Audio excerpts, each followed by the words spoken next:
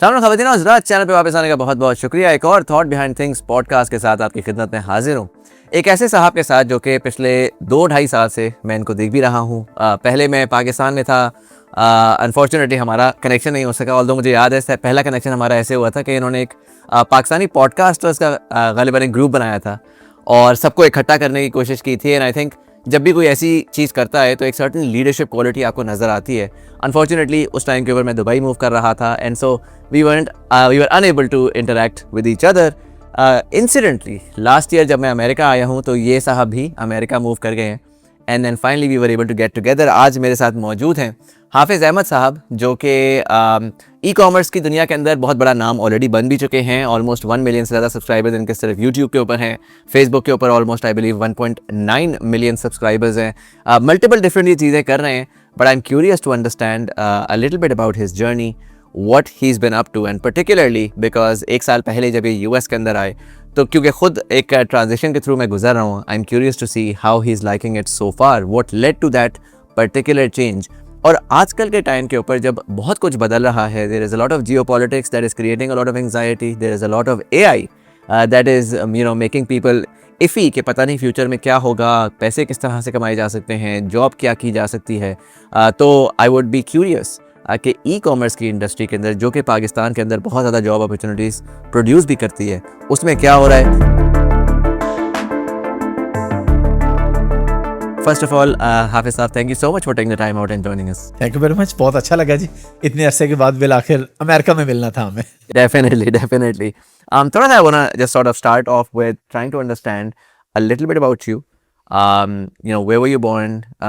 Early life आपकी कहाँ से थी? Normally again ये हमारा format थोड़ा सा different है because अब मैं थोड़ा topical होता हूँ, लेकिन माशाल्लाह से you've built an incredible brand in Pakistan, and I was looking around for content and there wasn't a lot about your life overall, and I thought it'd be great to sort of learn about it and archive as well. So give me a bit of summary about your background. Muzammil भाई, सबसे पहले आपको भी बहुत शुक्रिया। हमेशा से आपको देखते हैं, सुनते हैं, अच्छा लगता है यार। मेरी जो पैदाइश है वो बहावलपुर की है, चौलिस्तान। हमारे गांव में आज भी बिजली नहीं है, मतलब हम उस जगह से बिलोंग करते हैं, बिल्कुल जंगल से। Right. बॉर्डर है पास ही, और रेत में हर किसी का अपनी ज़मीन में घर होता है। बेसिकली वहाँ पे घर साथ साथ नहीं होते। अगर किसी की ज़मीन है 1 मुरब्बा 2 मुरब्बे, तो उसने अपना घर उसमें बनाया, दूसरे ने अपना घर उसमें बनाया हुआ है। पैदाइश वहाँ पे हुई थी और ये बात है 1988 की। फिर मेरे फादर की जॉब थी, क्योंकि उससे पहले ही, शादी से पहले उनकी जॉब हो गई थी पंजाब यूनिवर्सिटी लाहौर में, इमाम मस्जिद थे वो। अभी उनका इंतकाल हुआ तकरीबन 1 महीना हो गया। तो फिर अब्बा जी लाहौर ले आए। बस मुझे बताया गया कि आप पैदा वहाँ पे हुए थे, फिर लाहौर ले आए थे छोटे होते। फिर हमारी ज़िंदगी के 25 साल जो हैं वो पंजाब यूनिवर्सिटी के अंदर गुजरे। न्यू कैंपस में हमारा घर था।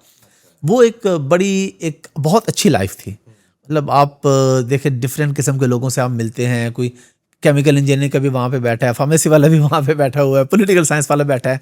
तो एक बड़ा अच्छा एक्सपोजर मिला। और फिर उसके बाद जो लाइफ चेंज हुई ना, वो हुई थी 2011 में, जब मैं इंग्लैंड गया था। मैं स्टडी वीज़ा पे गया था, लेकिन मैं पढ़ने नहीं गया था। मैं तो, क्योंकि हम जिस फैमिली बैकग्राउंड से थे, मैंने आपको बताया, बड़ा ही हम्बल बैकग्राउंड था। कोई सेविंग्स भी नहीं थी, कोई प्रॉपर्टियाँ नहीं थी पहले से, कोई ज़मीनें नहीं थी। एक दादा की कोई आधा मुरब्बा ज़मीन थी, उसके 8-10 वारिस थे आगे। तो बस वहाँ से मैंने अब्बू को ज़िद की, मुझे इंग्लैंड जाना है। तो अब्बू के पास ना एक प्लॉट था जो उन्होंने 25 साल की सर्विस में सेविंग करके किस्तों पे एक प्लॉट बनाया था लाहौर में। अच्छा। वो उन्हें बेचना पड़ा फिर मेरी ज़िद के आगे। अगरचे वो राज़ी नहीं थे इस पर, लेकिन मैंने बहुत ज़्यादा फोर्स किया, ज़िद किया, तो फिर उन्होंने बेच दिया और फिर मुझे इंग्लैंड भेजा। फिर अल्हम्दुलिल्लाह इंग्लैंड जाते ही ना हमारे हालात, आप ये कह लें कि यहाँ से यहाँ। अच्छा। जिसे कहते हैं ना रातों रात पे मैं बिलीव नहीं करता, लेकिन हमारे साथ इसलिए कि हम इतनी गरीब फैमिली से थे कि इंग्लैंड जाके मुझे याद है मैंने पहली पेमेंट जो घर भेजी थी 1 महीने बाद, वो 1 लाख रुपए थे। अच्छा। अब 2011 में 1 लाख रुपए वो बच्चा भेज रहा है जिसके फादर की सैलरी उस वक्त 15, 16 या 18 हज़ार होगी। तो वहाँ पे तो हमारे लिए बहुत बड़ी अमाउंट थी। बस उधर से इंग्लैंड से फिर हमारे हालात बदल गए थे। फिर मैं दिन रात वहाँ पे जॉब करता था, पैकिंग की जॉब की, अमेज़ॉन के वेयरहाउस पे, गैस स्टेशन पे जॉब की।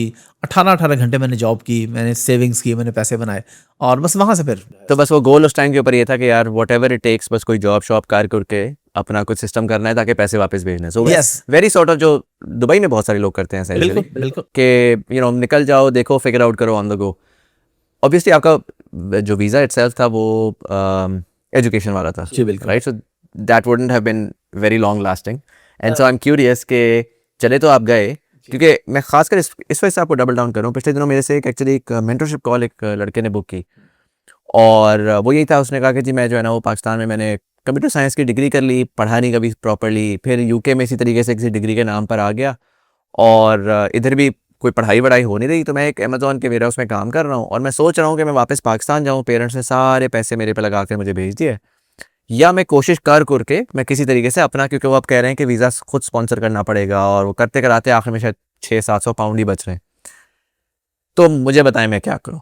And yes, I mean I gave him what I thought was best, लेकिन I feel like you know you having lived that experience, what was that like?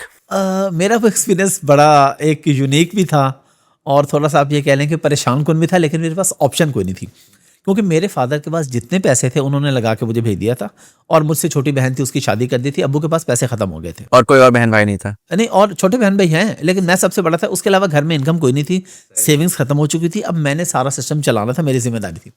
हुआ ये कि मैं college गया, तो कॉलेज में मुझे अच्छी तरह याद है आज भी, एडमिन में वो एक लड़की थी, उसने मुझे कहा जी फीस लाओ बाकी।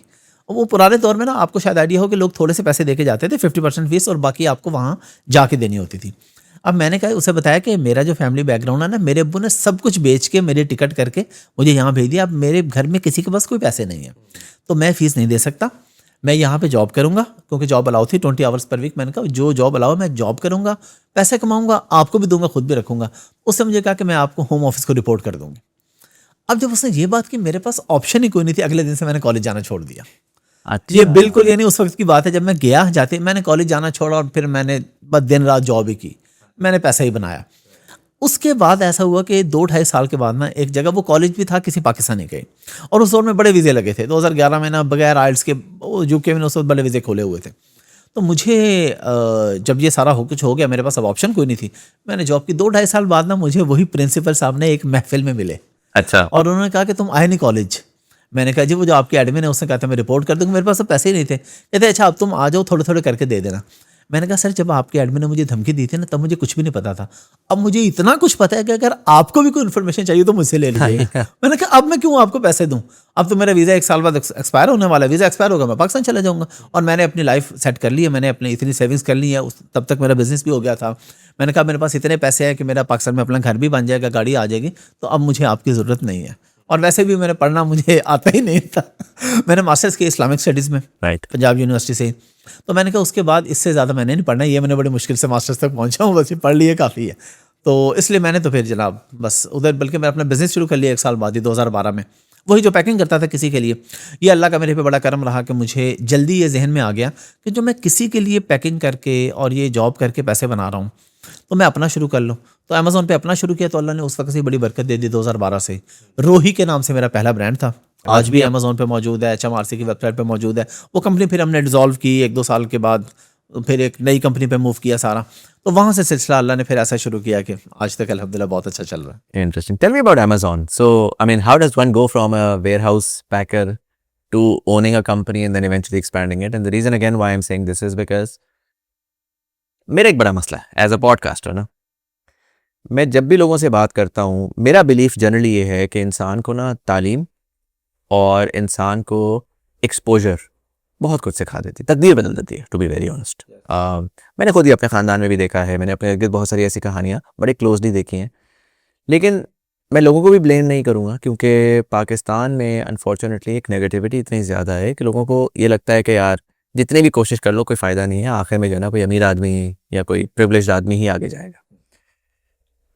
And that's one of the reasons why specifically मैं पोक करके समझने की कोशिश करता हूँ कि यार आपने कहा मेरा बड़ा हम्बल बैकग्राउंड था, और जब आप इवन यूके गए हैं तो लार्जली आपने बस गुजारा ही चलाया है, क्योंकि वो 10 मसाइल थे उसके अंदर कि यार मेरा वीज़ा एजुकेशन का था, मैंने काम शाम कर लिया, घुमा फिर आ गया किसी ना किसी तरह। But again that's the hustle जो कि पाकिस्तान में अनफॉर्चुनेटली आपको करनी पड़ती है। उस हसल के अंदर बहुत सारे लोग रट में फंस जाते हैं, और वो रट में फंस के ये कहते हैं कि यार मेरे तो हालात ही ऐसे हैं, एक्सक्यूज़ कह लें उसको, या वो अपना मोनोलॉग इंटरनल बना लेते हैं कि यार मैं हालात इस वजह से नहीं बेहतर कर सकता क्योंकि मेरी तो रिस्पॉन्सिबिलिटीज़ बहुत ज़्यादा हैं, गुर्बत बहुत ज़्यादा है, मेरे पास वो प्रिविलेज थोड़ी है जो कि अमीर आदमी के पास है। अब आप कह रहे हैं कि यार मैं महीने कितने पैसे भेजता था, मेरा घर मेरे पे चलता था। How does one quit a job and start a business? It's a risky thing, yes. Right? How does one even have the ability to dream के यार मैं बिजनेस कर भी सकता हूँ। बहुत सारे लोग ये भी कहते हैं, अपनी औकात बना लेते हैं कि नहीं तो ये औकात है, मैं इससे ऊपर सोच ही नहीं सकता। यस, हालांकि आपकी औकात वो है जो आपकी सोच जहाँ तक ले जाती है, right? So I want to really deeply understand that transition and psychologically what went through during that time of being a packer and working at restaurants, so on and so forth, and then eventually converting that into a proper business. And business पहले दिन तो आप successful नहीं होता, तो उसमें जो ups and downs थे, how did you manage that? असल में ये अल्लाह का खास करम रहा। इस पे मेरे पास और कोई रीज़न नहीं समझ आती कि मैंने अचानक ही बॉस को बताया कि मैं रिज़ाइन कर रहा हूँ। अच्छा, वो रिज़ाइन करने की भी बड़ी मज़ेदार कहानी थी, बल्कि उस पर काफ़ी लोग, क्योंकि मेरा ये मानना है कि अगर आपको कहीं से कोई आइडिया आपके सामने डिस्कस होता है ना, उसको इम्प्लीमेंट कर दो। अब लोग मुझे कहते हैं यार ये आपने गलत काम को प्रमोट करें, किसी का आइडिया। मैंने कहा अगर किसी का आइडिया है तो मैं अगेन रिकॉर्ड पे बता रहा हूँ, मेरे सामने शेयर नहीं करना। मेरे सामने करेंगे तो फिर आप गए। तो हुआ ये था कि वहाँ पे हमारे जो बॉस थे ना, पाकिस्तानी थे, जहाँ पे मैं पैकिंग करता था, यानी मैं थर्ड पार्टी वेयर हाउस पे था ना, वो अमेजोन पे बेचते थे। वो हमें बताते नहीं थे चीज़ें, कुछ भी दूर रखते थे। और एक कमरा था जिसमें सिस्टम लगे थे, हम उस कमरे के दरवाजे तक जा सकते थे। वो हमें प्रिंट निकाल के देते थे, 500, 1000, 1500 प्रिंट डेली के। उस पर लिखा है, एड्रेस भी लिखा है, प्रोडक्ट लिखी है, हमने उठाना है, पैक करना है और भेज देना। तो मैंने बड़ी कोशिश की लेकिन नहीं हुआ। अच्छा, अब बॉस के एक भाई थे, जब वो एक भाई उनका पाकिस्तान जाता था या कहीं भी, तो दूसरा भाई वहाँ पे होता था। राइट। इत्तेफाक ऐसा हुआ कि हमारे बॉस जो थे वो चाइना गए हुए थे, चाइना जाते थे, और उनकी दादी फौत हो गई। अब दादी के फौत होने की वजह से दूसरे भाई को भी पाकिस्तान जाना पड़ा, और वो हमें बता के गया, मुझे और मेरे एक दोस्त को, कि ये सिस्टम है, ये अमेजोन है, ये मैनेज ऑर्डर्स है, यहाँ पे आना है, यहाँ तुमने क्लिक करना है, प्रिंट निकालना है और तुमने ऑर्डर पैक करना है। अब वो 15 दिन बाद जब वापस आया ना, तो मैंने कहा जी मैं रिजाइन करूँ, क्योंकि मैं सीख चुका था जो मेन पॉइंट थे। बाकी तो हमें पता था कि चीज़ आपने लेनी कहाँ से है, अली बाबा से आपने कैसे बाय करनी है, कैसे सेल करनी है। फिर मैंने रिस्क लेने में, अल्हम्दुलिल्लाह मैं लाइफ में हमेशा रिस्क लिए हैं, उसके बाद भी बहुत सारे रिस्क लिए हैं। तो मैंने फिर बस जैसे ही अपना शुरू किया, तो फर्स्ट मंथ में ही मुझे ना अल्लाह ताला ने मुझे किसी आजमाइश में नहीं डाला। फर्स्ट मंथ में मेरा जो प्रॉफिट था वो मेरी सैलरी से डबल था। अच्छा। बस कोई मुश्किल आई नहीं। असल में वो टाइम भी ऐसा था ना। अब हाँ, ये मैं बात ज़रूर कहूँगा, उस दौर को आज से कंपेयर कोई ना करे। आज कोई बंदा सोचे कि आज तो 70% फेलियर है अमेजोन पे, प्राइवेट लेवल में अगर आप अपना ब्रांड बिल्ड करने आते हैं तो 30% सक्सेस है, 70 फेलियर है। उस दौर में ऑलमोस्ट 100% ही थी सक्सेस। जो भी बंदा अमेजोन पे जो भी प्रोडक्ट लगा देता था, सुबह उसके ऑर्डर आए होते थे। बल्कि आप यहाँ से अंदाज़ा करें, जब हमने बिजनेस शुरू किया था, हमने तो फिर ऐसा ऐसा सीखा ना, ऐसा ऐसा फिर महंगे कोर्सेज भी लिए, चीज़ें भी सीखी, प्रैक्टिकली भी सीखी। मुझे याद है मेरी जो पहली लिस्टिंग थी ना, वी पिलो की थी, रोही के नाम से, वो शायद भी आज लोगों को मिल जाए। उसकी जो डिस्क्रिप्शन थी उसमें मेरा मोबाइल नंबर लिखा हुआ था यूके का, कि for further details please call on this number. और मैं अपने दोस्त को ये कहता था, अगर किसी की कॉल आ गई तो क्या फर्दर डिटेल देनी है, हमें तो पता ही कुछ नहीं है और ये इतना बड़ा ब्लंडर था कि आप डिस्क्रिप्शन में अपना मोबाइल नंबर दे रहे हैं, जो कि आप नहीं दे सकते। लेकिन तब क्योंकि अमेजोन को अभी आए हुए 1-2 साल हुए थे यूके में, अमेजोन भी बहुत लीनियर था, अमेजोन खुद भी सीख रहा था, तो वो सारी चीज़ें ना, टाइम की अगर बात करें तो वो टाइम इतना अच्छा था कि उसमें आपको कोई मुश्किल होती नहीं थी। आसानी से आप जो भी प्रोडक्ट लगाते थे, सुबह उसका ऑर्डर आए होते थे। बल्कि जो मेरे वी पिलो प्रोडक्ट थी, उस एक पिलो क्या था, मतलब व्हाट अगेन मैं इसको कहूँगा कि एक ड्रामेबाजी थी। यानी जो उसकी डिस्क्रिप्शन थी ना, वो ये थी कि प्रेगनेंसी के लिए वी शेप सपोर्ट पिलो, हम उसको बोलते हैं। अच्छा, समझ गया, सही है। टेलीविजन देखने के लिए कि आप बेड पे बैठे तो वो वी शेप सपोर्ट। अब हमने खुद कई बार रख के देखा, हमने यार कुछ अलग फील नहीं होता। और इसमें अभी आप प्रोडक्ट अपनी नहीं बना रहे थे, आप डिस्ट्रीब्यूटर से उठा करके आप लोगों के घर भेज रहे थे। मैनचेस्टर से ही उठाते थे। सही है। हमने गाड़ी रखी थी, 2000 पाउंड की गाड़ी ली थी मैंने और मेरे दोस्त ने, जिसके अंदर जो वैन टाइप थी। हम जाते थे और उसके पास फैक्ट्री थी उसकी छोटी सी, वहाँ से हमने पिलोज ले आने, पिलो केसेस ले आने, आके पैक करने, अमेजोन की ही गाड़ी आ जानी, या तब वहाँ पे रॉयल मेल यूके में होता था, रॉयल मेल की डेली गाड़ी आनी, उनको हमने ऑर्डर दे पकड़ाने, उन्होंने जाके डिलीवर कर अभी आपको ना एसईओ का पता है, ना मार्केटिंग का पता कुछ है, नहीं आपको पता। बस पता है कि यार माल है, उसको बस लिस्ट करो और फेंक दो और देखी जाएगी। और एक तस्वीर खींचो। अब तो हम वीडियोस बनाते हैं, 7-8 पिक्चर्स निकालते हैं, बड़ी वर्किंग करते हैं, A+ कंटेंट बनाते हैं, बहुत सारा काम होता है। तब एसईओ का तो कुछ भी नहीं पता था ना, बस एक प्रोडक्ट लगाई, किसी दूसरे को देखा कि जो बेच रहा है उसने क्या लिखा हुआ टाइटल, उसका टाइटल उठा के कॉपी किया और चढ़ा दिया। लेकिन उस वक्त पे आप आइडिया लगाएं कि मार्केट में जब कोई चीज़ नई आती है, जैसे कि अभी आप मुझे पहले बता रहे थे क्लाउड के बारे में, AI के बारे में, कि अभी जो सीख लेगा, जिसको आप सिखा रहे हैं, जिसको आप बता रहे हैं, वो अभी बिल्कुल नई चीज़ है ना, तो नई चीज़ में आगे निकलना बहुत आसान होता है। तो वो इतना आसान था ना उसमें आगे निकलना, कि हमें किसी किस्म की कोई प्रॉब्लम फेस नहीं होती थी। अब तो इसमें कॉपीराइट का बहुत इशू आता है, अगर आप किसी का टाइटल कॉपी करते हैं तब मसला है। लेकिन स्टार्ट में कंपेटिटर को भी नहीं पता होता था कि स्ट्राइक क्या होती है। हाँ। तो किसी को कुछ नहीं पता होता था, इसलिए सबका काम जो है ना वो बहुत अच्छा चलता रहता था। बल्कि मैं अक्सर पहले बता चुका हूँ कि वी पिलो एक प्रोडक्ट से ना मैंने लाहौर में प्लॉट खरीद के तो ट्रिपल स्टोरी घर बनाया था अच्छा, उस दौर में। और सिर्फ यूके में आप कह रहे थे, पूरी दुनिया में नहीं बेच रहे थे? Only UK. और बल्कि मेरे बारे में मेरे यूके में दोस्तों ने ये मशहूर कर रखा था, क्योंकि हम दिल्ली के 1000-1500 ऑर्डर तक भी गए थे और बहुत बेचा हमने। मेरे बारे में मशहूर था कि यूके में अगर किसी घर में वी पिलो होगा ना तो वो हाफिज अहमद ने बेचा होगा यानी इतना हमने वी पिलो बेचा। तो बस उसके बाद फिर ऐसे ऐसा मजीद उसमें लाइन ऐड की, बेडशीट्स हमने ऐड की, टॉवल्स ऐड किए, कर्टन किए, नीश मैंने स्पेसिफिक जो है वो टेक्सटाइल ही रखी। राइट। और बस फिर उसके बाद ऐसा ऐसा did you at that point, I mean 1.5 साल बाद फिर इवेंचुअली आपका वीज़ा खत्म हो गया था तो आप पाकिस्तान आ गए थे, आपने एक्सटेंड करा लिया या प्रोसेस करवा लिया उसको? एक्सटेंड तो होना ही नहीं था क्योंकि कॉलेज तो नहीं गया तो इसलिए फिर पाकिस्तान चला गया बस। और बिजनेस अच्छा सेटल करके मैं पाकिस्तान चला गया। पार्टनर था मेरा यूके में, और खैर उसने बाद में मेरे साथ फ्रॉड कर लिया। अच्छा। 1 साल 1.5 साल के बाद जब उसने देखा कि इसके पास तो वीज़ा है नहीं, इसने तो अब नहीं आना, तो उसने कहा जी सारा बिजनेस मेरा है। अब वो मैं बता रहा हूँ ना, उस दौर में चीज़ें इतनी आसान होती थी कि उसने एक नई कंपनी खोली और अमेज़ॉन का अकाउंट नई कंपनी में मूव कर दिया। अभी इतना ईजी नहीं होता। अभी जो डायरेक्टर्स होते हैं, अभी मतलब बहुत सारी टेक्निकल है, अगर हम उसमें जाते हैं तो वो भी मैं आपको बता दूंगा। तो तब दौर जो था ना वो बहुत आसान था, उसने किया। अब हमारे लिए ना नॉर्मल था कि सुबह को उठ के लॉगिन करता था डेली अमेज़ॉन, तो पासवर्ड चेंज होता था कभी कभी। मैं उसे मैसेज करता था, वो कहता था हाँ यार मुझे लगा कि किसी ने ना हैक करने की कोशिश की है, ये है न्यू पासवर्ड। मैंने किया, लॉगिन हुआ, मैंने कहा वही रीज़न हो गया। मैंने कहा पासवर्ड, कहता कौन सा पासवर्ड? मैंने कहा अमेज़ॉन का। कहता बिजनेस मेरा है। भाई इतनी उसने बात की, उसने कहा थैंक यू वेरी मच, ये सारा बिजनेस मेरा है एंड थैंक यू, अल्लाह हाफिज़। पाकिस्तानी बॉय था? पाकिस्तानी भाई था, अभी वो पाकिस्तान ही मूव हो गया मेरे पैसों से, उसने बड़ा पैसा बनाया यूके में। अच्छा, उस वक्त जो हमारे बिजनेस की वर्थ थी ना वो तकरीबन 6 लाख पाउंड थी। सही है। तो 3 लाख पाउंड मेरा बनता था, 3 लाख उसका, लेकिन मुझे कुछ भी नहीं मिला। बस कोई लॉजिक तो दी होगी उसने कि कोई यार logic मैंने नहीं पैसा लगाया शुरू में, या कोई ना कोई इंसान का रैशनल हमेशा होता है जिसकी बेसिस के ऊपर वो आके कहता है कि नहीं नहीं, वो अपने आप का ना उसने कहीं ना कहीं दिल को तसल्ली देने के लिए कुछ बनाया होगा कि यार देखो जरा आइडिया मेरा था या पैसा मेरा था, या what was the angle there? असल में उसके पास एंगल था ही कोई नहीं, क्योंकि जब हमने पार्टनरशिप की थी तब वो 18 साल का नहीं था।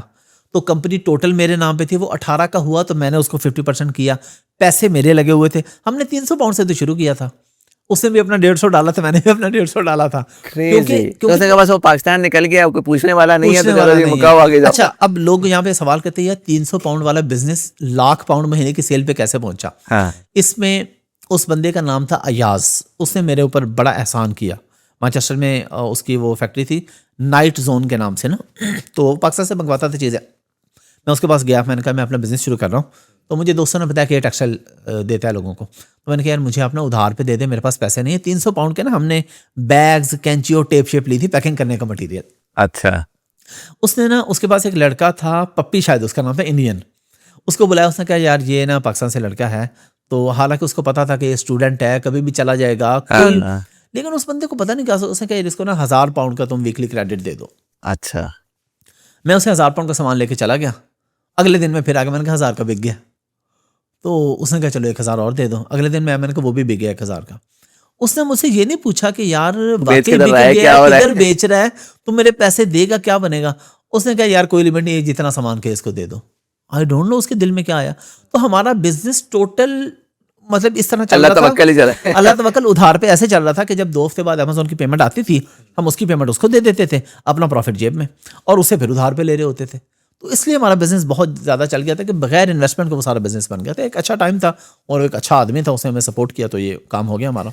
सो you came back to Pakistan, एक रात आपका बिजनेस पूरा आपके हाथ से निकल गया। यस। और उस टाइम के ऊपर आपने डाइवर्सिफाई कर लिया हुआ था अपने आप को, या अब आप from 100 to 0 and then now? 100 to 0 कुछ भी नहीं किया था, क्योंकि अकल थी नहीं। गरीब लोग थे, गांव के रहने वाले। अचानक पैसा बहुत ज़्यादा आ गया था, घर बन गया था, गाड़ी बन गई थी, इंटरनेशनल ट्रैवल शुरू हो गए थे। मुझे लगा बस अब ज़िंदगी भर ऐसे ही चलेगा। रात को जब मैं सोया तो उस वक्त मेरा रफली जो हमारा महीने का प्रॉफिट था वो 20,000 पाउंड आता था। सही है। 18, 20, 22,000 पाउंड, आधे उसके आधे मेरे। तो रात को मैं हज़ारों लाखों पाउंड के बिजनेस का मालिक था, सुबह उठा तो मैं 0 पे था। फिर वो थोड़ा, और कोई आपके पास ऑप्शन, मतलब आपने सोचा उसको कि यार मैं कोई केस करूँ उसके ऊपर, मैं जाऊँ, या? कोई ऑप्शन ही नहीं थी ना, कुछ भी नहीं था। और वो पाकिस्तान की फैमिली थी, उसके बड़ों को भी राब्ता किया, उन्होंने कहा कुछ नहीं हो सकता। तो बस पता ही कुछ नहीं था क्या करना है। तो then what was the restart then? Restart उसके बाद 1 साल तो थोड़ा मुश्किल गुजरा। उसमें ज़्यादा थोड़ी बहुत सेविंग्स। कौन सा ईयर था ये? आई थिंक 16 का एंड और 17 का स्टार्ट था। तो कुछ सेविंग्स थी, उसे गुजारा वगैरह किया। और बस चीज़ें चलती रही। फिर उसके बाद ये स्टार्ट हुआ जब 2018 में शायद सनी अली और साकिब अजहर इन लोगों ने पाकिस्तान में अमेज़ॉन के बारे में बताना शुरू किया। अब मेरा क्योंकि 2012 से एक्सपीरियंस तो था, बट मुझे ये नहीं पता था कि मैं पाकिस्तान से बैठ के भी कर सकता हूँ। देखिए इतनी छोटी सी चीज़ थी ना, यार मैं पाकिस्तान से बैठ के कर लूँ, FBA कर लूँ, यहाँ से बना के भेजूँ, मैं UK में नहीं भी हूँ तो मेरा काम चल सकता है।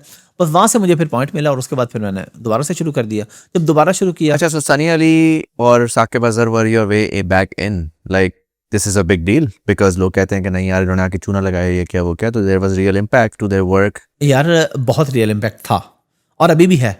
और ठीक है, 100 में से एक ही क्लास में, देखें आप भी पढ़े लिखे आदमी, आपकी क्लास में ही लोग होंगे जो सेमेस्टर में ड्रॉप भी हुए होंगे। वही टीचर है, वही क्लास है, उसी में एक बच्चा गोल्ड मेडल ले रहा है, एक ड्रॉप हो रहा है। अब जो ड्रॉप होने वाला वो शोर मचाएगा कि मुझे टीचर ने सही नहीं पढ़ाया।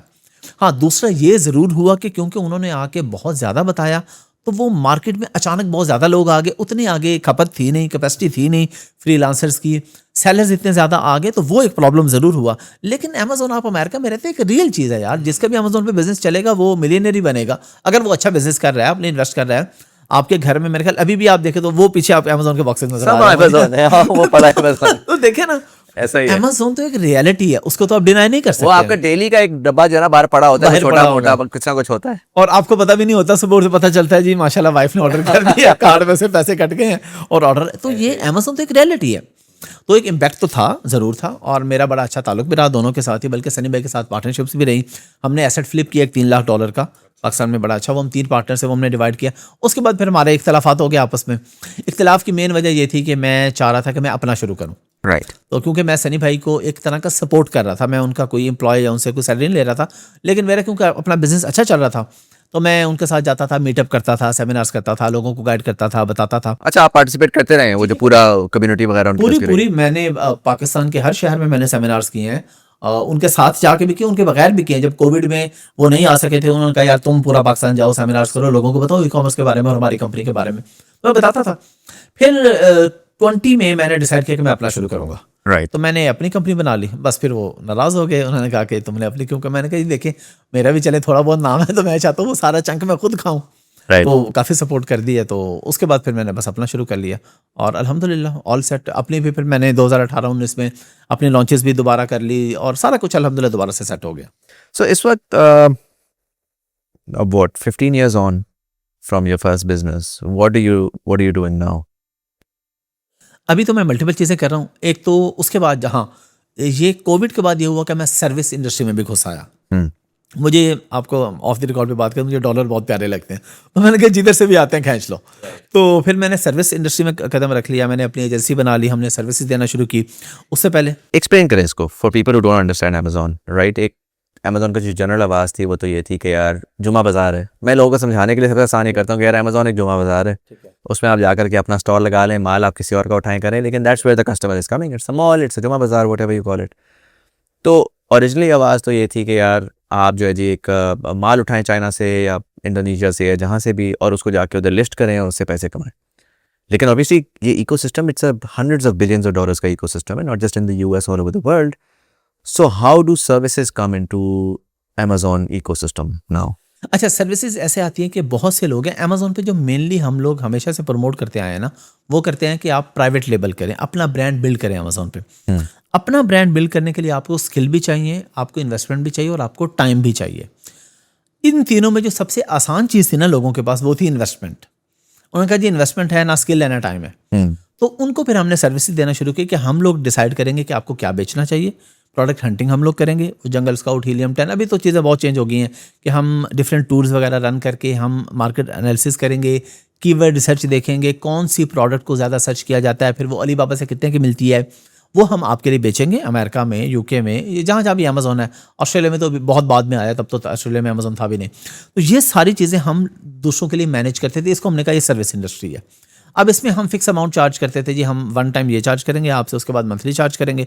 आपकी प्रोडक्ट है, प्रॉफिट में जाए लॉस में जाए हमारा कोई ताल्लुक नहीं है। बताते थे कि रिस्की मॉडल है, हम अपनी फीस लेंगे और आपका ब्रांड खड़ा कर देंगे। और अल्हम्दुलिल्लाह बहुत बड़े बड़े ब्रांड हमने बिल्ड किए। अभी भी हमारे पास माशाल्लाह मतलब कई ऐसे ब्रांड्स हैं जिनकी $1 मिलियन से ऊपर मंथली सेल्स हैं, जो कि और ये मेरे ब्रांड नहीं है, इस सर्विस में जो हमने माशाल्लाह लोगों के साथ काम किया और वो हम उनको मैनेज कर रहे हैं। अभी भी हमारी टीम मैनेज कर रही चीज़ें हम लोग कर रहे हैं। लोगों के जनरली मार्जिन होते कितने हैं अमेज़ॉन पे? हमने फॉर एग्जांपल बोला कि यार $1 मिलियन प्लस की सेल्स हैं। अब ये बड़ी एक एम्बिगुअस सी टर्म है, राइट? बिकॉज लेट्स से एक आइटम है, मैंने $10 का ख़रीदा, मैंने उसके ऊपर एड्स रन किए, सारा कुछ किया, करते कराते उसकी कॉस्ट मेरी चली गई $19 पे, और मैंने उसको $20 का बेच दिया। अब वो रेवेन्यू जो आपका टोटल काउंट हुआ वो $20 हुआ, बड़ा नंबर है, लेकिन उसके ऊपर मार्जिन टोटल जो है वो $1 है। अब उस मार्जिन में मुझे जो है ना बैठ के अपनी कॉस्ट भी निकालनी है, सारा कुछ करना है। तो जब मैं $1 मिलियन पे हुआ, तो अगर मैं सेम एप्पल्स टू ऑरेंजेस का कंपैरिजन करूँ तो क्या होगा, मैं ख्याल $1 लाख से भी कम आपका बच रहा होगा, $50,000 बच रहा होगा, right?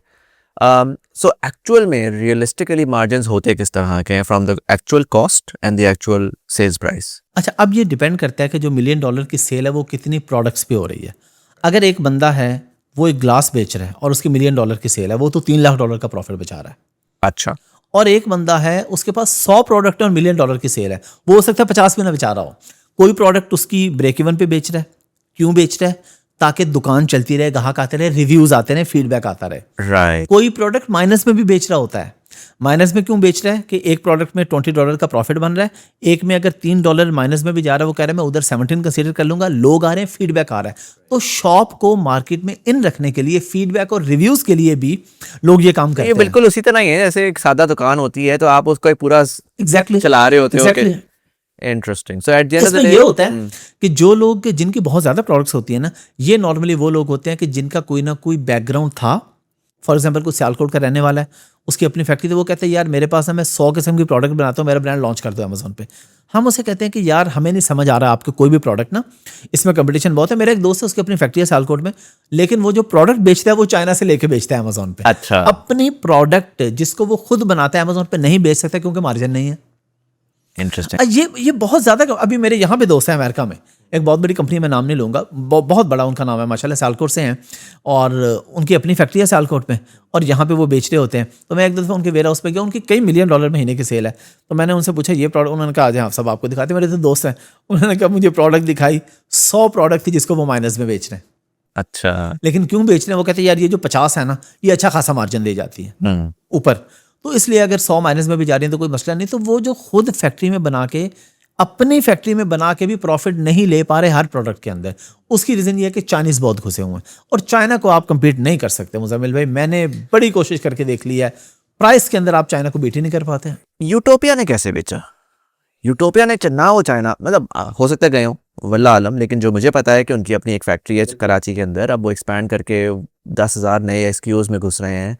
I mean the vision was definitely there कि जैसे ही वो चाइना के हालात ख़राब होना शुरू हुए तो उन्होंने अपनी वो एक्सपेंशन करके इंशाल्लाह आई एक्सपेक्ट यूटोपिया कि वो शायद 10x ग्रो करेगा आने वाले वक्त में।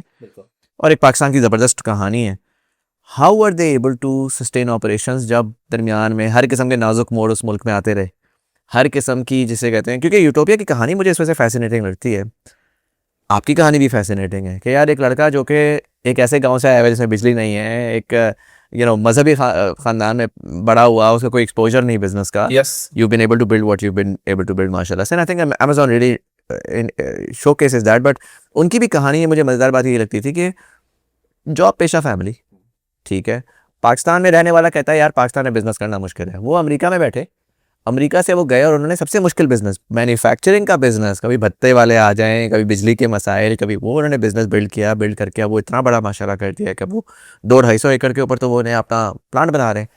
तो how are they able to compete? आपने कोई एनालिसिस किया उनकी केस स्टडी के ऊपर? अच्छा, एक तो वो मेरे बहुत अच्छे दोस्त हैं और मैंने उनकी मल्टीपल टाइम पॉडकास्ट भी की, इसलिए मैं सही चीज़ बता सकता हूँ क्योंकि मेरी उनसे 1-to-1 डिस्कशन हुई है सारी।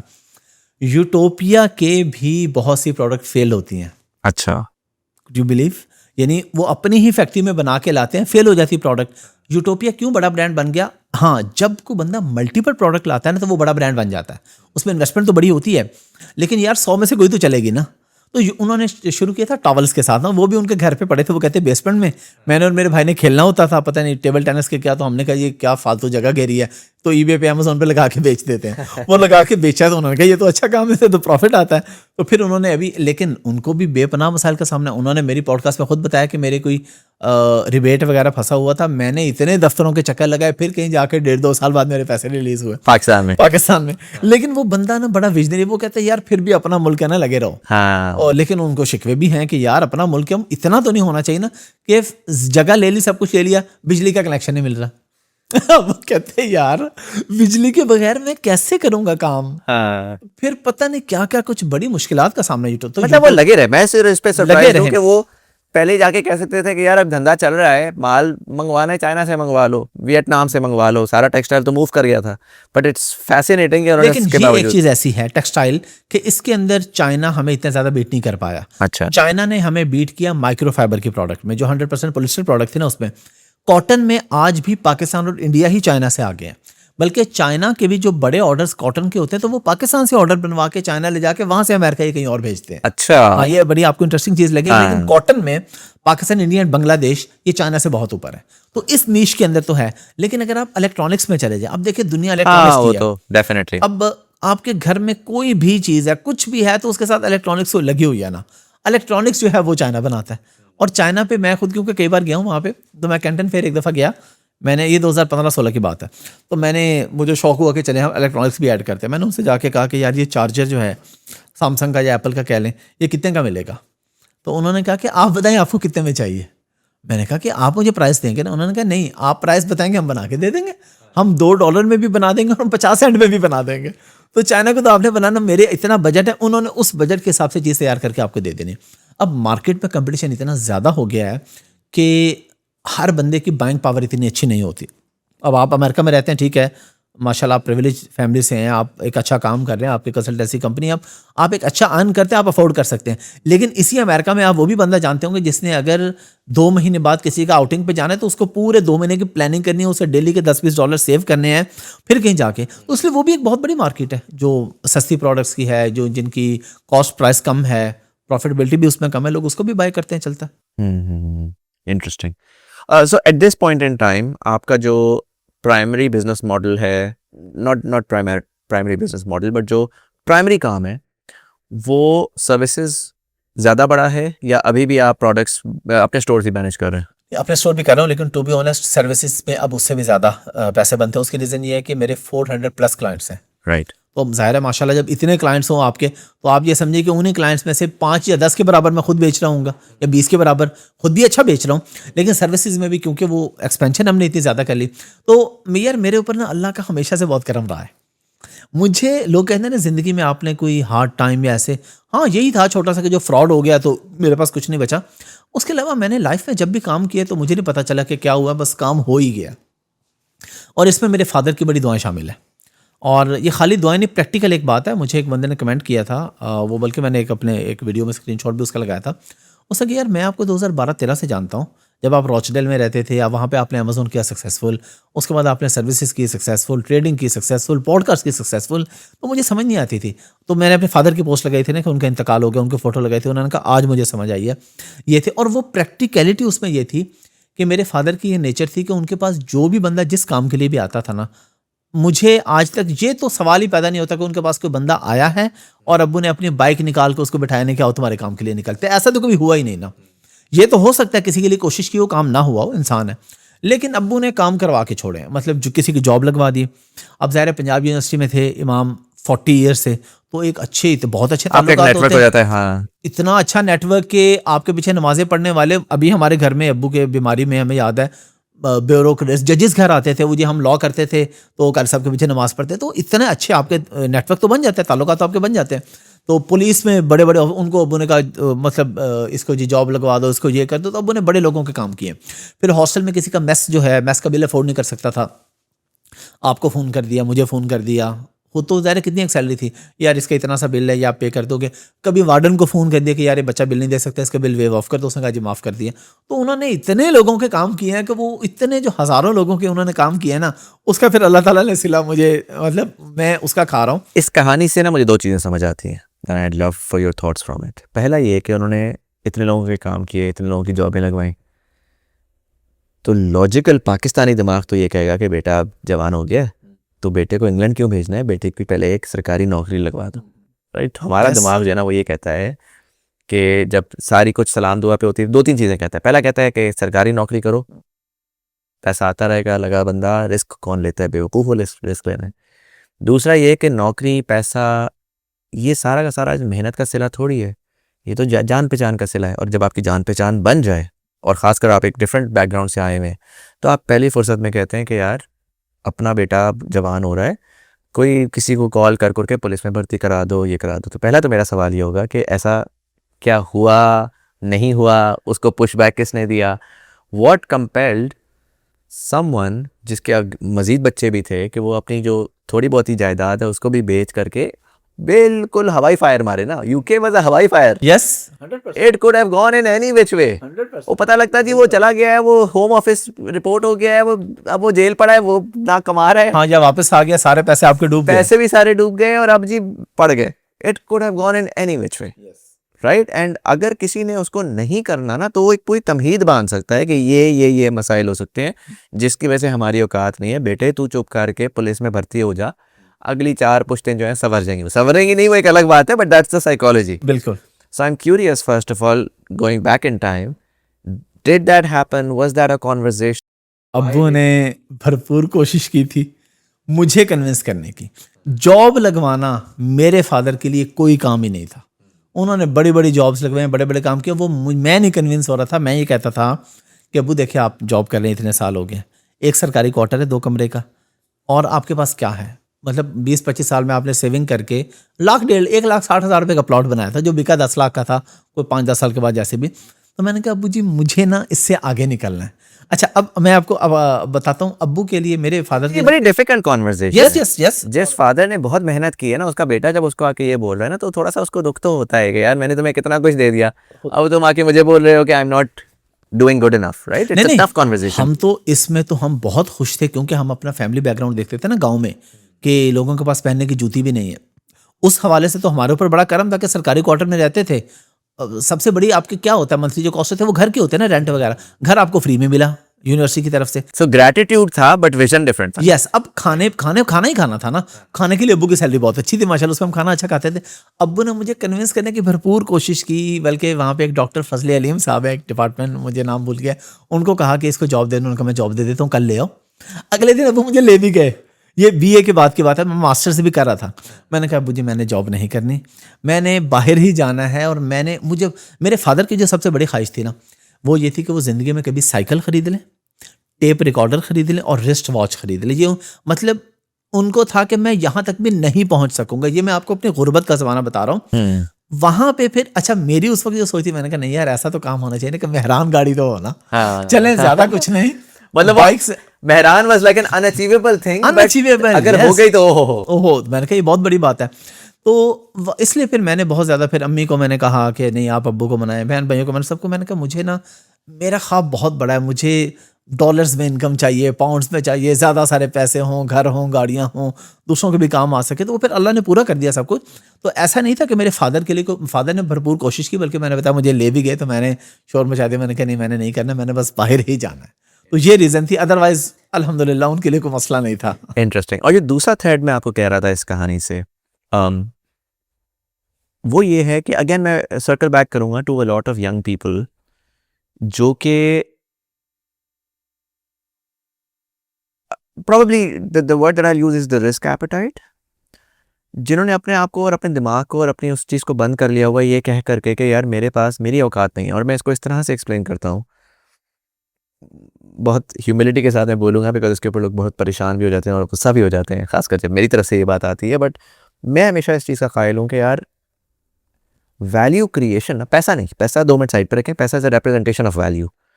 वैल्यू क्रिएशन के ऊपर अगर आप फोकस करें ना, अगर आप चीज़ को समझने पे फोकस करें, अगर आप स्किल हासिल करने पे फोकस करें, तो पैसा बनाना ज़्यादा मुश्किल होता नहीं है। यस। प्रॉब्लम ये होती है कि ज़्यादातर लोग जो है ना, वो इतने ज़्यादा अपने मुश्किलात में फंसे रहते हैं कि वो कभी अपने आप को उस पोजीशन में नहीं लेकर आते जिस पोजीशन में वो स्किल सीख सकें, जिस पोजीशन में वो वैल्यू क्रिएट कर सकें। इसकी मिसाल क्या है, एक लड़का है, वो जॉबों पे अप्लाई कर रहा है, वो 1 साल से जॉबों में अप्लाई कर रहा है, वो घर पे बस बैठा हुआ है और वो सिर्फ जॉबों पे अप्लाई कर रहा है, कह रहा है मुझे कोई जॉब नहीं दे रहा। यार अगर तुम 1 साल से बैठे हुए हो ना, तो तुम्हारी नेट इनकम है 0, you are a burden on your family, yes, you are wasting their money. तुम प्रॉब्ली लफंट्रियाँ मारने या जो भी तुम्हारे हालात होंगे, तुम अपनी बाइक पे बैठ करके तुम अपने दोस्तों के साथ चाय पीने भी बाहर जाते ही होगे। तुम्हें अगर मुफ्त में भी कहीं पे काम करना पड़े ना, जिस पे तुम उठो, निकलो, एक दफ्तर में जाके बैठो और मुफ्त में उनसे कहो कि सर मुझे बताएं क्या काम है, एग्जैक्टली, मैं काम कर लूंगा, मैं गारंटी दे के कहता हूँ कि तुम्हें 3 महीने बाद वैसे ही नौकरी मिल जाएगी। जो तुम जीरो कमा रहे हो ना, उससे तुम 10,000 पे पहुंच जाओगे। आज तुम बैठे हो कह रहे हो नहीं 10,000 तो अच्छा नहीं है, उससे तो मेरा पेट्रोल भी पूरा नहीं होता। तो यार सिफर से तो बेहतर है ना। यस, पॉइंट मेरा ये होता है कि you should always be compounding, one step ऊपर, वन स्टेप ऊपर, वन स्टेप ऊपर, और अगर आप उस पे चलें तो बहुत आगे जा सकते हैं। अच्छा, जब मैं ये बात बोलता हूँ, मैं इस बात को दिमाग में रखते हुए बोलता हूँ कि मेरे पास अल्हम्दुलिल्लाह अल्लाह ताला ने बहुत ज़्यादा प्रिविलेज दी और अल्हम्दुलिल्लाह। मेरे हालात बहुत बेहतर थे, जिसकी वजह से मेरे पास ये अपॉर्चुनिटी भी थी, मेरे पास ये पहले विजन डेवलपमेंट भी थी कि मैं ये चीज़ें कर सकता था। बहुत सारे लोगों के पास नहीं थी, आपके पास नहीं थी। And so I'd love for you to tell me and potentially the viewer as well कि यार आप क्या सोचती कि भाई यूके जा रहे हो मतलब पैसा 1.5 रुपए का है कोई नहीं, वहां पे जाके फंस गए। अब चले फादर की साइड अलग, अब आपके दिमाग में क्या चल रहा है कि यार चलो यूके में निकल गया, या मैं आगे बिजनेस मैंने कर लिया, या मैं वापस आया तो मेरा बिजनेस चला गया। बहुत सारे लोग तो उसी पे फंस जाएंगे, वो कहेंगे यार यही था, यही मेरी पूरी जिंदगी ने पैसे निकालने थे, अब इस बंदे ने मेरे साथ हाथ कर दिया, अब तो मैं पूरी जिंदगी कुछ नहीं पढ़ सकता। The personality to come back again and again and to take that risk and say कि लिसन इट्स फाइन, कोई मसला नहीं है, अल्लाह ताला ने पैसे दिए थे, आज अगर अल्लाह ताला ने पैसे ले लिए, ये भी बड़ी एक पूरी पर्सनैलिटी टाइप है। Yes, right, to actually upgrade yourself के अगर पैसा है तो रेंज रोवर में फिर लेंगे, पैसा नहीं है तो मेहरान में फिर लेंगे, कोई इज्जत नहीं खराब हो रही। Right, what compelled you, do you think, versus a lot of other people, to have that personality and not worry about the fact कि यार मेरे हालात ख़राब हैं, मुझे सर्वाइव करना है, मेरे पे डिपेंडेंट्स हैं जिन्होंने सर्वाइव करना है, मैं रिस्क ना लूँ। अच्छा, इसमें दो चीज़ें हैं। पहले भी आपने जो डिस्कशन की ना कि कुछ लोग ऐसे होते हैं कि जिनके पास यही मसला होता है कि यार ये जिनके पास प्रिविलेज होती है ना, कोई प्रिविलेज फैमिली से होते हैं, वही आगे जाते हैं। आप हिस्ट्री उठा के देख लें, ज़्यादा लोग वो आगे जाते हैं जिनके पास कुछ नहीं होता, बल्कि जो प्रिविलेज फैमिली में रहते हैं वो ज़्यादातर डुबो देते हैं पैसा अपने बड़ों का जो बिजनेस। अगर आप हिस्ट्री उठा के देखें तो बड़े बड़े नाम दुनिया में जिस भी फील्ड के अंदर निकले हैं तो वो ऐसे निकले जिनके पास रास्ते नहीं थे, क्योंकि वो सोचते हैं यार हमारे पास कोई ऑप्शन नहीं, हमें कुछ करना पड़ेगा। जिसके पास ऑप्शन है वो कम काम करता है। हाँ। अच्छा, ये तो खैर मैंने कभी नहीं सोचा था कि अगर वहां जाके कोई जॉब ना मिली या मसला हो गया तो क्या बनेगा, ये तो मैंने नहीं सोचा था। मैंने कहा एक दफा तो यहाँ से निकलना है ना, तो वो फिर देखी जाएगी, फिर देखी जाएगी। हाँ। वो अल्लाह ने करम के हो गया। हाँ, ये बात बड़ी इंपॉर्टेंट है कि जब वहां से मैं आ गया और 1 साल बाद जब मैं जीरो पे आ गया ना, तो तब अगर मेरी जगह कोई भी और होता तो शायद डिप्रेशन में चला जाता। मैं क्यों नहीं गया, मैंने फ़ौरन अपने आप को कंपेयर किया कि यार हमारा जो आबाई पेशा है ना वो भेड़ बकरियां चलाना गाँव में।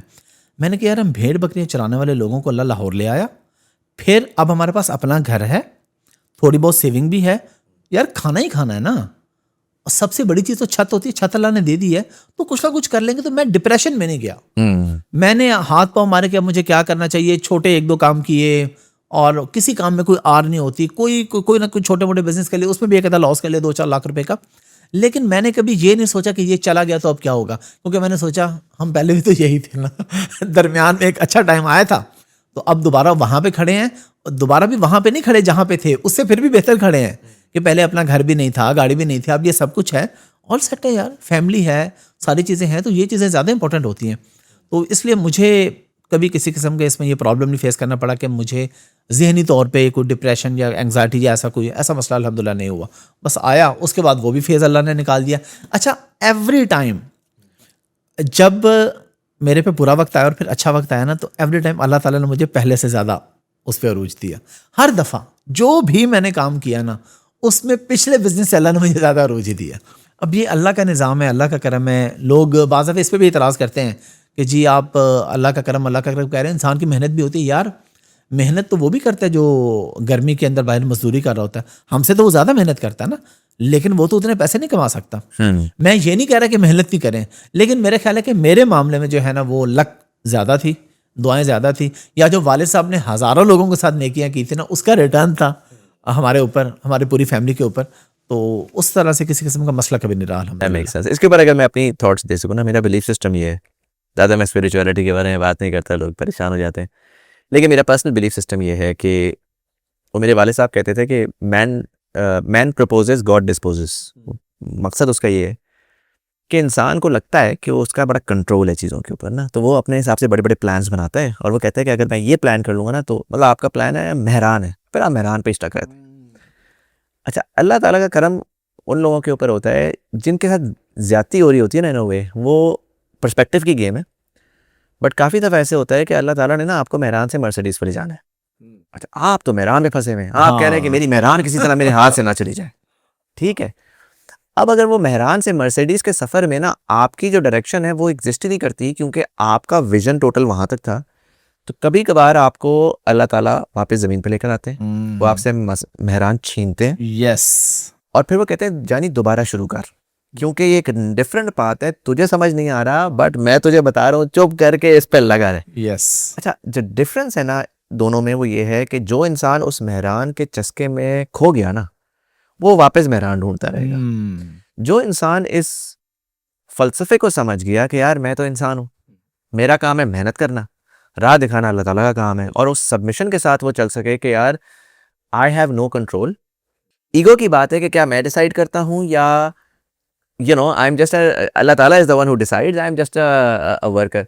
आई थिंक देन वो मैंने बहुत सारी कहानियाँ, मतलब 500 से ज़्यादा मैंने कॉन्वर्जेशन देखी हैं जिस इंसान में मैंने ये एक बेसिक सी अंडरस्टैंडिंग देख ली, जिसको लोग ह्यूमिलिटी कहते हैं, लोग जो भी कह लें, जो चीज़ ये बात समझ गया कि भाई मेरे अंदर कोई स्पेशल नहीं है, मेहनत मैंने करनी है, लेकिन अल्लाह ताला ने मुझे दिखाना है, तो believe in God and just बिल्कुल बिल्कुल बिल्कुल। जब इंसान ये सोचता है ना कि मैं ही सब कुछ हूँ, मैं ही सब कुछ कर लूंगा, फिर अल्लाह भी दिखाता है, सारे अल्लाह की कुदरत है, फिर अल्लाह दिखाता है कि अगर तू है तो फिर कर ले। हाँ ऐसे नहीं होता, आपको अपनी तरफ से कोशिश करनी है, उसके बाद छोड़ना अल्लाह ताला पे। 100%। इस वक्त जाहिर है कि आपने मल्टीपल टाइम्स पहले ही मेंशन किया, आपने कहा कि यार मैंने अमेजोन किया, ज़बरदस्त रहा, मैं सर्विसेज में आया, ज़बरदस्त रहा, मैं यूट्यूब पे गया, मैंने पॉडकास्ट शुरू की, तो you know that became incredible as well. Run me through how you went from a business owner to this sort of public personality that you sort of built. And again, ज़ाहिर है कि वो सनी अली वाली चीज़ was happening there as well, तो आपने कहा कि चलो maybe that could have been something that encouraged you. But how did the podcast happen? How did you amass an audience of like millions? Like that's, you know, it's one of the highest. कल मैं एक post देख रहा था LinkedIn के ऊपर, एक साहब ने बोला हुआ था कि देखो ज़रा यू नो, बहुत सारे, मैं नाम नहीं लूँगा, बहुत सारे और क्रिएटर्स का बोला हुआ था कि देखो ज़रा ये लोग जो हैं वो फैमिली व्लॉगिंग करते हैं और ये करते हैं, और फिर पढ़े लिखे लोग जो हैं पढ़ी लिखी बातें करते हैं और उनको पाई पाई का कोई व्यू आता है। Podcasting in itself is a informational content, right? Yes. How were you able to gather millions of people, and why did this sort of convergence happen in the first place? अच्छा, ये ऐसा हुआ था कि मेरे एक दोस्त हैं मुनीर, वो भी पॉडकास्ट करते हैं ई कॉमर्स के, उन्होंने एक स्पेसिफिक निश रखी हुई है। उन्होंने मुझे अपनी पॉडकास्ट में बुलाया एज अ गेस्ट, और वो हमारी पॉडकास्ट तकरीबन 3.25 घंटे की रही डिस्कशन। अच्छा, कौन सा ईयर था ये? ये 2022 की बात है, लेकिन वो उस पॉडकास्ट को चला नहीं सके। उसकी रीज़न ये थी कि उस पॉडकास्ट में सब कुछ डिस्कस हो गया था, ई कॉमर्स का, सनी अली, साकिब अजहर, और वो बातें डिस्कस हो गई थी जो नहीं होनी चाहिए थी। लेकिन हम दोनों दोस्त थे पुराने, उसने सवाल भी ऐसे किए, मेरे पास जवाब भी ऐसे थे कि मैंने व्हाट्सएप खोल के दिखा दिया, मैंने कहा अगर ये सवाल करो। अच्छा, उसने बड़ी ईमानदारी का मुजाहरा किया, ये मुझे उसकी बड़ी पॉजिटिव चीज़ लगी। उसने कहा हाफ़िज़ साहब, या तो मैं पॉडकास्ट चलाऊँगा या नहीं चलाऊँगा, मैं मुनाफिकत नहीं करूँगा कि ये पार्ट काट दो, ये पार्ट काट दो, मैं ये ऐसा नहीं करूँगा। उसने कहा यार मुझसे नहीं चलेगी। उसने कहा क्योंकि वो भी दोस्त हैं, आप भी दोस्त हैं, तो फिर चीज़ें ऐसी हो जाएंगी। अच्छा, मैं तब सर्विसेज में भी था, सारे मेरे काम चले थे, तो मैं ऑफिस आया, अपने पास ही मेरा ऑफिस था, तो मेरे पास एडिटर पहले से ही था, क्योंकि अमेजोन के लिए भी आपको वीडियोग्राफी फ़ोटो चाहिए होती है सारी। मैंने उससे कहा जाओ यार मार्केट में ना रोड के माइक लेके आओ, तो पॉडकास्ट शुरू करेंगे अपनी। वो माइक लेके आ गया। अब माइक लेके आया तो मैंने कहा कि जी पॉडकास्ट अब शुरू करें। अच्छा, जिस टाइम अभी ये जब मैं आपको बात बता रहा हूँ, इस टाइम पे मेरे फॉलोअर्स हैं 267 के। अच्छा, 2.5 लाख फॉलोवर मेरे पास मौजूद थे उस वक्त जब मैंने क्या कमेंट्री वगैरह कर रहे थे या ई कॉमर्स के? अच्छा, जो ई कॉमर्स के ऑडियंस में लोगों को फ्रीलांसिंग सिखा रहा था, बता रहा था, डिफरेंट सेमिनार कर रहा था, तो लोगों ने मुझे ज्वाइन किया हुआ था कि ये बिजनेस के बारे में बताते हैं, सिखाते हैं, तो वो मैं सिखा रहा था अल्हम्दुलिल्लाह। अब मैंने सोचा कि पॉडकास्ट शुरू कहाँ से करें, तो मैंने रब्ता किया मौलाना तारिक मीर साहब के बेटे से। तब तक मेरी मौलाना साहब से डायरेक्ट कोई गपशप नहीं थी। तो उन्होंने कहा कि अभी हम ट्रैवल पे हैं, फिर वो आए तो उन्होंने कहा अभी बीमार हैं वालिद साहब, तो अभी टाइम लगेगा, तो आप कहीं और से शुरू कर लो, हम कर लेंगे। तो 6 महीने बाद मुझे उनका टाइम मिला, खैर वो भी होगी। तो मैंने फिर, मेरे एक दोस्त है अहमद फौजान, वो भी पॉडकास्ट करते हैं, तो फौजान को मैंने कहा कि यार मैं चाह रहा हूँ कि पहली पॉडकास्ट है किसी नेक आदमी के साथ हो। तो बाद में तो मैंने कहा जो मैंने करना हो तुझे भी पता ही है लेकिन पहली पॉडकास्ट ना। तो उसने कहा कि यार, मैंने कहा यार मुझे ना सिराजुल हक साहब का टाइम ले दो। उस वक्त वो जमात इस्लामी के अमीर थे। अब फौजान का क्योंकि बैकग्राउंड था, उसने उनसे बात की, अगले दिन शाम को मेरा उनसे टाइम बन गया, मैं मंसूरा में गया, मैंने जाकर उनको रिकॉर्ड किया। सेकंड पॉडकास्ट की मैंने जवाद अहमद के साथ, और सेकंड पॉडकास्ट से मैं वायरल हो गया। अच्छा, ये अब आप जवाब है सोचें- मैं जो सिंगर। अच्छा, उन्होंने बात ये की थी, मैंने उनसे पूछा जी आजकल आप हमें कॉन्सर्ट में नजर नहीं आते। उन्होंने कहा मुझे बुलाता ही कोई नहीं। मैंने कहा क्यों नहीं बुलाते? कहते वो जब से मैंने इमरान खान के खिलाफ बोलना शुरू किया ना, लोग मुझे नहीं बुलाते। ये जो लाइन थी ना, ये अगले दिन जो ऑनलाइन न्यूज़पेपर जितने होते हैं पाकिस्तान इंडिया सब पे ये हेडलाइन में पहले पेज पे लगी थी अच्छा। कि इमरान खान के खिलाफ बोलने की वजह से मुझे लोग कॉन्सर्ट में नहीं बुलाते। और फिर ये क्लिप इतना वायरल हुआ, हर जगह डिस्कस हुआ। ज़ाहिर है मेरी पॉडकास्ट में था, तो थर्ड पॉडकास्ट, फिर फोर्थ, तो मुझे ना शुरू से ही गेस्ट जो है वो टॉप के ही मिले। और मेरा एक और भी बिजनेस के अंदर भी मेरा यही फार्मूला था कि लोग बिजनेस शुरू करते हैं कि यार ऐसा ऐसा स्पेंडिंग करेंगे और ऐसा ऐसा ऊपर जाएंगे। मैं कहता हूँ नहीं, ऊपर से बिजनेस शुरू करो, नीचे वाला खुद आ जाएगा। तो पॉडकास्ट पे भी मेरा यही था कि यार टॉप के गेस्ट बुलाओ 10 15 20, उसके बाद लोग आपको खुद फ़ोन करके कहेंगे। या फिर जब आप किसी को बुलाएंगे, अब आप सोचें कि अगर आपके पहले 20-25 गेस्ट के अंदर शुएब अख्तर भी बैठा है, मौलाना तारिक जमील भी बैठे हैं, इस तरह के गेस्ट बैठे, जब आप किसी और को एज ए रेफरेंस भेजेंगे तो लोग आएंगे कि यार क्रिकेटर्स भी बैठे हैं, पॉलिटिशियन भी बैठे हैं, रिलीजियस स्कॉलर्स भी हैं, एक्टर्स भी हैं, एक्ट्रेसेस भी हैं, सारे लोग आ रहे थे मेरी पॉडकास्ट में। तो मुझे फिर ये उसमें फ़ायदा रहा। तो यहाँ से बस सफ़र शुरू हुआ और अल्हम्दुलिल्लाह फिर देखते ही देखते फॉलोवर्स मिलियंस में पहुँचना शुरू हो गए और व्यूअरशिप मिलियंस में। और फिर एक चीज़ मैंने रखी, जो आपने बात की ना कि लोग बाज़ दफ़ा ये कोशिश करते हैं कि यार हम कोई चीज़ कर रहे हैं ना, तो अब हमको कंट्रोवर्सी लेकर ताकि व्यूज़ आए। मेरी पॉडकास्ट में, मैं इंसान हूँ, मुझसे गलतियाँ हुई हैं, बहुत सी हुई हैं, लेकिन मेरे ख्याल अभी 300+ हो चुकी हैं। 1 या 2 गेस्ट होंगे जो मुझसे नाराज़ होंगे, और वो भी मेरी किसी टीम की गलती की वजह से। मेरा गेस्ट नाराज़ ही नहीं होता, क्योंकि वो बाद में मुझे कॉल करता है कि हाफिज़ भाई वो जो ये मैंने बात की थी ना, काट देना। मैंने कहा काट दो यार। मुझे टीम ने कहा सर व्यूज़ आएंगे। मैंने कहा भाड़ में जाए, व्यूज़ नहीं चाहिए। फिर भी व्यूज़ आ गए। तो मैंने पॉजिटिविटी को अपनी प्रायोरिटी रखा। और फिर मैंने रिलीजियस स्कॉलर्स को किया, हर सेक्ट में मैं गया। मैंने शिया को किया, मैंने सुन्नियों को किया, अहले हदीस को किया। मैंने कभी भी दूसरे फिरके की लड़ाई नहीं करवाई। मैंने कहा यार आप अपनी बात बताएं, सिर्फ अपनी बात करें, दूसरे की बात आपने नहीं करनी। बल्कि मेरे पे ये एक बड़ा इशू बना पाकिस्तान के अंदर, मेरा बहुत बड़ा मसला बना इस बात के ऊपर कि मैंने शिया की पॉडकास्ट कर ली जाके, अल्लामा जवाद नकवी को। हमारे लोगों ने उस पर इतराज़ शुरू कर दिया, अहले सुन्नत ने, कि भाई तुमने तो ये बहुत बड़ा जुर्म कर दिया। मैंने कहा जी मैंने क्या गलती की? उन्होंने कहा अल्लामा जवाद नकवी ने तुम्हें गलत बताया। सारी चीज़ें जो उन्होंने एक्सप्लेन की हैं ना अपने मजहबी कायदे, वो सारे गलत हैं, वो सब झूठ है, तुम हमसे पूछो। मैंने कहा यार अकल को हाथ मारो कि मुजम्मिल का घर कहाँ पे है, ये मैं मुजम्मिल से पूछूंगा कि मैं मुजम्मिल के मुखालिफ से पूछूंगा ये मुजम्मिल का घर कहाँ पे है? मैंने कहा ये सेंस नहीं बनती। कहते नहीं वो सही नहीं बता रहे। मैंने कहा यार सही नहीं बता रहे, मैं कैसे मानूं भी? मैं तो उन्हीं से पूछूंगा ना। तो इस वजह से भी ये खैर बहुत बड़ा मसला बना, मुझे माफिया मांगनी पड़ी। ये थाने कचहरी तक ये मामला गया मेरा। बहुत ज़्यादा मेरे खिलाफ प्रॉपर एक हुआ कि जी आपने, हालांकि मैंने उसमें सिर्फ मोहब्बत की बात की थी। यार मिल के कैसे बैठ सकते हैं, प्यार मोहब्बत से कैसे चल सकते हैं, कोई कंट्रोवर्शियल मैंने कोशिश की क्वेश्चन ना हो। तो इस तरह की चीज़ें भी हुई, लेकिन ओवरऑल जो है ना, मैंने अल्हम्दुलिल्लाह पॉजिटिविटी फैलाई, पॉजिटिव काम किया, मोहब्बत की बात की, लोगों को मिलाने की बात की। पॉलिटिशियन भी अगर बैठे तो मैंने कहा सर अपना बताएं, ये नहीं बताना कि फलां मेरा मुखालिफ है, उसने ये कि अपनी बात करें। तो मेरा यही मानना है कि आप जब भी किसी कन्वर्सेशन में करें, आप अपनी बात करें। आप किसी दूसरे को उठा के उसकी पूरी हिस्ट्री बताएं, आप अपनी हिस्ट्री बताएं। तो इस तरह से किया तो अल्हम्दुलिल्लाह बड़ा अच्छा रहा। और फिर माशाल्लाह। What led you to America? You were quite well in Pakistan. I think a lot of people would ask me the same question, but I would love for your insight on that.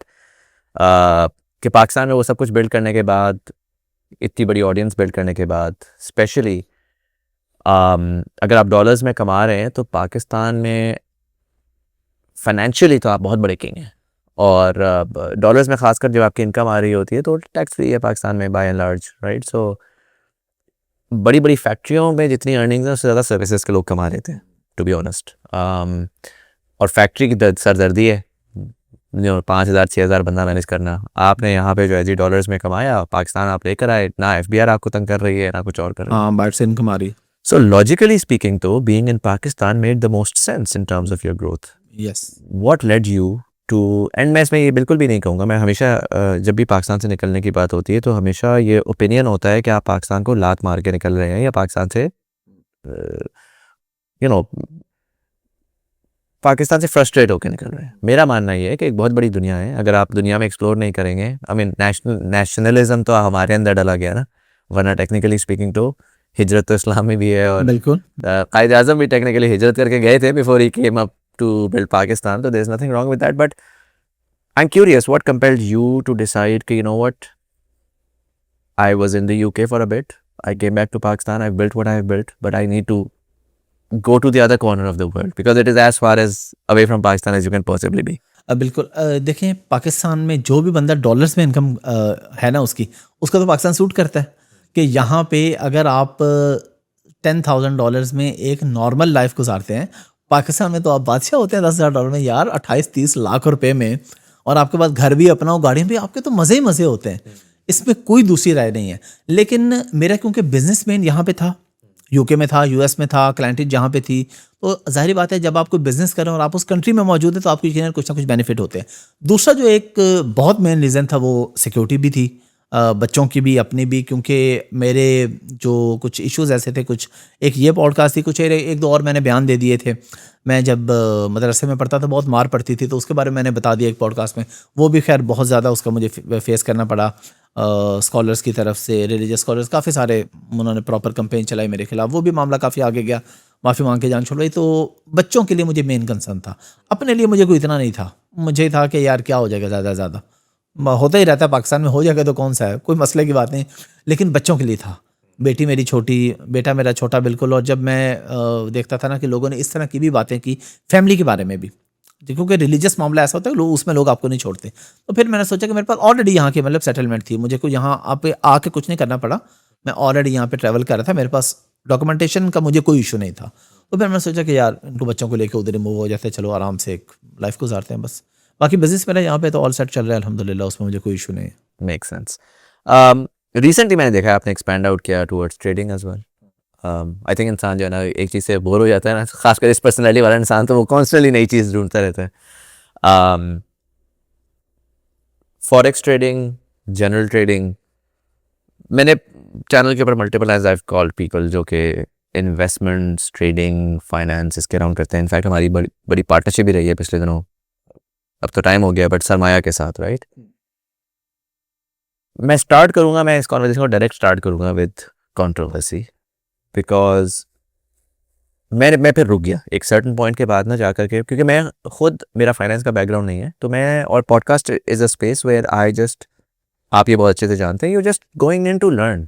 Yes, आप कोई तबसरा तो नहीं अपने guest से बहुत कुछ आप सीख रहे होते हो, कई दफ़ा ऐसा हुआ है। अब वो बात सही है, वो गलत है, वो आपके सर का दर्द नहीं है, आप यस, एक बंदे का ओपिनियन और एक्सपीरियंस एब्जॉर्ब कर रहे हैं और उससे आप अपना ओपिनियन बना लेंगे। यार आप अगर डिसएग्री करते हैं, आप मान लेंगे यार ठीक है उस बंदे की बात से मैं डिसएग्री करता हूं, बिल्कुल। बट ऑब्वियसली लोग जो है ना वो उसके ऊपर नाला हो जाते हैं, इमोशनल हो जाते हैं। तो मैंने generally I stopped having these conversations. अभी भी मुझे याद है 2 या 3 दिन पहले की एक मेरी मतलब लास्ट 2-3 एपिसोड्स पहले की बात है, जो कि मैंने एपिसोड की, तो उसके ऊपर नीचे किसी ने आके बोला कि मतलब भाई वो फॉरेक्स के ऊपर जो है ना आप बताएं ट्रेडिंग का क्या सीन है। अच्छा, मुझे चूंकि इसके बारे में मालूम नहीं है तो मैं ज़्यादा बोलता भी नहीं हूँ। Personally I never got into it, it's something that never intrigued me. मैंने सरमाया का कोर्स वगैरह लिया ट्रेडिंग का, और मैं चाह रहा था कि मैं स्टॉक मार्केट में करूँ, लेकिन उस टाइम पे मैं पाकिस्तान से निकल गया। तो सबसे पहले तो आई थिंक मैं कॉन्वर्सेशन इस तरह शुरू करता हूँ कि forex trading, general trading, all of this, कितना इसमें चूना है, कितना लेजिट है। आई अंडरस्टैंड, देखें इसको मैं दो उसमें डिवाइड करूंगा, एक पब्लिक के लिए और एक आपके लिए, जी, ठीक है। It's a very interesting thing, right. आप घुसते हो, नंबर्स होते हैं, सुबह शाम आप लगे रहते हो, मज़ा आता है, अनडाउटेडली, ठीक है। लेकिन वो मज़ा प्रोडक्टिव है, वो जीरो सम गेम है, वो गैम्बलिंग है, ये बहुत डाइवर्स इसके ऊपर ओपिनियंस हैं लोगों के, पोलराइज्ड किस्म के। तो I will start with this कि क्या है। अच्छा, जहाँ तक चूने की बात है, बिल्कुल चूना है, और 70-80 बल्कि बाज़ दफ़ा 90% तक भी इसमें चूना होता है। अब चूना कौन लोग लगाते हैं? अच्छा, इसके अंदर जो ज़्यादातर लोगों को चूना लगता है ना, वो ये लगता है, और उसमें लोगों की अपनी गलती होती है, उनकी अपनी बेवकूफ़ी होती है, कि किसी को एक कॉल आती है या AI वीडियोस बनती हैं। अच्छा, मेरी अपनी, मुझे एक दफ़ा AI वीडियो मैंने अपनी देखी, मैं टिकटॉक पे देख रहा हूँ, और उधर मैं बोल रहा हूँ कि हमारे पास 60-70 जॉब्स आई हैं नई, जिसने अप्लाई करना है करे, और 7-5 हज़ार रुपये उसकी फ़ीस है। मैं सर पकड़ के बैठ गया कि ये तो मैंने कभी बोला ही नहीं। तो मैंने फ़ौरन अपनी वाइफ को दिखाया, मैंने कहा यार ये देखो, तो वो भी हैरान रह गई कि ये क्या हुआ। वो इकरारुल हसन के साथ मेरा एक इंटरव्यू था, उस इंटरव्यू में से चीज़ें निकाल के लोगों ने AI बना के, ये मेरे साथ नहीं, ये दुनिया में आपके ये हर फेमस बंदे के साथ होता है, उसकी AI वीडियोज़ बनती हैं, उसमें क्या होता है, लोग आपको कहते हैं जी आप हमारे साथ इन्वेस्ट करें, फॉरेक्स करेंगे और पैसा कमाएंगे, प्रॉफिट 50-50 करेंगे। 100% चूना, आपको इंशाल्लाह कभी भी 1 रुपया वापस नहीं मिलेगा जब आपने किसी और को पकड़ा दिया कि वो आपके लिए फॉरेक्स करे। फॉरेक्स एक रिस्की मॉडल। अब कोई बंदा आपके लिए फॉरेक्स कर रहा है, वो आपके बिहाफ पे डेली बाइंग और सेलिंग कर रहे हैं, अगर पैसे डूब गए उसका क्या इंटरेस्ट है बीच में, या उसको क्या प्रॉब्लम है, या उसका क्या गया, उसका तो कुछ भी नहीं गया। ठीक है, कमाएगा तो थोड़े बहुत आपको दे देगा, लेकिन वो कमा के भी देते नहीं, वो सारे खुद ही रख लेते हैं। तो मैं ये कहता हूं कि फॉरेक्स आप करें या क्रिप्टो जो भी करें तो खुद करें। आप किसी को इन्वेस्टमेंट नहीं पकड़ाएं, किसी पे ट्रस्ट नहीं करें। खुद अपना अकाउंट खोलें किसी भी एक्सचेंज के साथ, किसी भी ब्रोकर के साथ, मैं किसी का नाम नहीं लूंगा यहाँ पे, जो आपको बेहतर लगे उनके साथ आप खुद अपना अकाउंट खोलें, उस अकाउंट पे खुद अपना पैसा इन्वेस्ट करें। चाहे तो आप फ्यूचर्स में करें, चाहे आप स्पॉट करें, आप क्रिप्टो में करें, कुछ भी करें, खुद करें। खुद करेंगे ना, आपको पता होगा कि यार मैंने क्या किया हुआ, कितना किया, मैंने कितना लॉस किया। और मैं लोगों को हमेशा ये कहता हूँ, लोग कहते हैं जी फॉरेक्स उसका काम है जिसके पास लाखों डॉलर्स हो। मैं कहता हूँ नहीं, फॉरेक्स सिर्फ उसका काम है जिसके पास 100-200 डॉलर हो, ताकि लाखों वाले के डूबेंगे तो भाई उसको डिप्रेशन से कौन निकालेगा।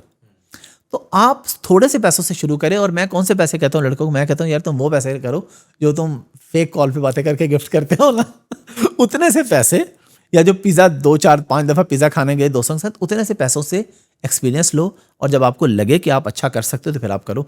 इस पे जो कंट्रोवर्सी की बात है जहाँ तक, वो इसलिए बनी कि मैं फॉरेक्स में न्यू नहीं हूँ, मैं सिखाने और बताने में न्यू हूँ, क्योंकि ये इतना रिस्की मॉडल है कि मैं समझता था कि यार मेरे ई कॉमर्स में ऑलरेडी लोगों को सिखा रहा हूँ, बता रहा हूँ, सर्विस भी है, अपने भी हैं, मुझे ज़रूर मैं खुद कर रहा हूँ, पंगे कर रहा हूँ।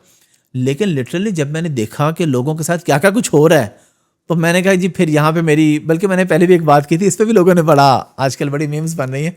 मैंने बताया था कि मैं ट्रेडिंग और ई कॉमर्स की दुनिया के इमरान खान हूँ। इमरान खान पॉलिटिक्स में क्यों आया था, उसने कहा था कि बाकी सही काम नहीं कर रहे तो मैं बताऊंगा। तो मैं भी फॉरेक्स में इसलिए आया हूँ कि मैंने देखा कि बच्चे बैठे हैं जो लोगों के अकाउंट वॉच करवा रहे हैं, पैसे डबो रहे हैं लोगों के। तो मैं आ गया, मैंने कहा भाई असल बिजनेस ये है, मेरा इतना पुराना है। और मैंने तो अपनी पुरानी हिस्ट्री फिर डाल दी ना, ज़्यादा आपको प्रूफ तो करना होता है। पुरानी 5-10 साल पुरानी हिस्ट्री मैंने अपने यूट्यूब पे, फेसबुक, मैंने कहा ये देखो भाई, ये हिस्ट्री देखो, ये देखो, इस वक्त इतने कमाए थे, इस वक्त क्रिप्टो लिया था, इतने का लिया था बिटकॉइन, फिर ये किया था, एक्सचेंज पे लिया था, और मतलब हर चीज़ मैंने उसके अंदर बता दी। तो इस वजह से मैंने ये करना शुरू किया। मुझे अल्हम्दुलिल्लाह मेरा अपना जो लाइफस्टाइल है वो तो बहुत पहले से बहुत सेट है। मैं तो 2015 से दुनिया भी ट्रैवल कर रहा हूँ। हाँ, मतलब मैं इसके बोलूँ कि it's a very dirty business. It's a very dirty space to be in. Yes. So I'm curious कि for someone जिसका सिस्टम ऑलरेडी चल रहा है, जिसका प्राइमरी खर्चा और कहीं और बहुत से अच्छा आ चल रहे रहा हैं, है, और सारी चीज़ें मौजूद हैं फेसबुक पे, यूट्यूब पे। हाँ, तो why would you get into something like this? Because, and again, I think it's very important for people to understand that it's a huge industry globally.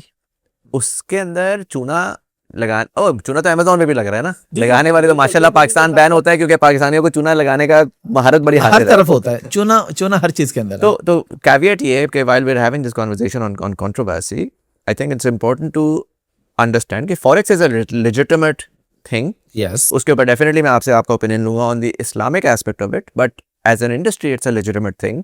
यार न्यूयॉर्क की मार्केट आप न्यूयॉर्क देख की लें, पूरी मार्केट उसमें दुनिया, चलती है, yes. पूरी दुनिया की मार्केट उसमें चलती है, सुबह शाम उसके ऊपर ट्रैकिंग इसी वजह से होती है क्योंकि वो एक्चुअल चीज़ है।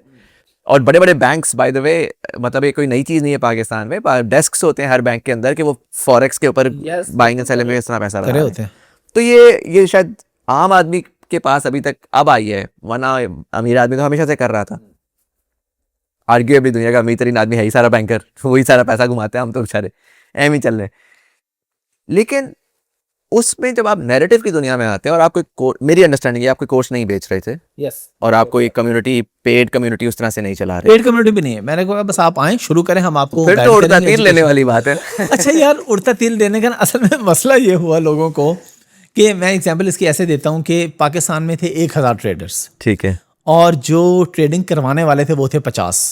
सबको 20-20 लोग आए हुए थे हिस्से में, और सारे अपना चंक ले रहे थे, 200-400-500 हज़ार डॉलर महीने का कमा रहे थे। अचानक हाफिज अहमद की एंट्री होती है तो 1000 में से 800 हाफिज अहमद को ज्वाइन कर लेता है। अब बाकियों की चीखें तो निकलेंगी। असल मसला ये हुआ है, इससे पहले ये इतनी कंट्रोवर्सी में नहीं था, सारे लोग चुपचाप अपना काम कर रहे थे। जब सब लोगों ने सुबह उठ के देखा कि हमारे इतने लोग कम हो गए हैं, कहाँ पता चला हाफिज अहमद के पास चले गए सारे, उनको ज्वाइन कर लिया। और मैं अपने जो हमारे सिग्नल ग्रुप होता है ना, उसके रिजल्ट भी वीकली बताता हूँ लाइव, और व्हाट्सएप ग्रुप वीडियो चलाता हूँ कि ये देखो, ये बताया था, ये प्रॉफिट इतने पे, प्रॉफिट, स्टॉप लॉस, प्रॉफिट, ज़्यादा लॉस भी होता है, स्टॉप लॉस भी हिट होता है। तो हम लोग बेसिकली इस तरीके से काम करते हैं। हम चाहते हैं कि यार लोगों की जो इन्वेस्टमेंट है ना, वो सिक्योर रहनी चाहिए, प्रॉफिट ना भी हो तो खैर है, मेरा ये मॉडल है। यानी मैं ये कहता हूँ कि अगर आपने $100 लगाया ना, $100 का कुछ बाय किया तो $99 पे आप स्टॉप लॉस लगा दें, ताकि अगर मार्केट नीचे आए तो $1 के बाद आपका ऑटो सेल हो जाए, आपके 99, आपने $1 का लॉस किया। अच्छा, जहां पे पैसे तब डूबते हैं जब आप लालच करते हैं। होता क्या है, ऐसा होता है कि आपने 100 की बाइंग की थी, 99 पे स्टॉप लॉस लगाया था, 99 पे आके वो आपका तो चला गया, वो आगे 80 पे अचानक जंप मार के चला गया 200 पे। अब लोग कहते हैं लो जी 200 पे चला गया, अगर मैं स्टॉप लॉस ना लगाता तो मैं तो 100 कमा लेता। मैंने कहा अगर वो 80 के बजाय 10 पे आ जाता फिर तुम रोते कि यार मेरे पैसे डूब गए हैं। तो मैंने इन चीज़ों की वजह से लोगों को बचाना शुरू किया, बताना शुरू किया कि यार जो अपना सरमाया है ना वो सिक्योर करो, प्रॉफिट के लालच, क्योंकि प्रॉफिट रातों रात नहीं बनते।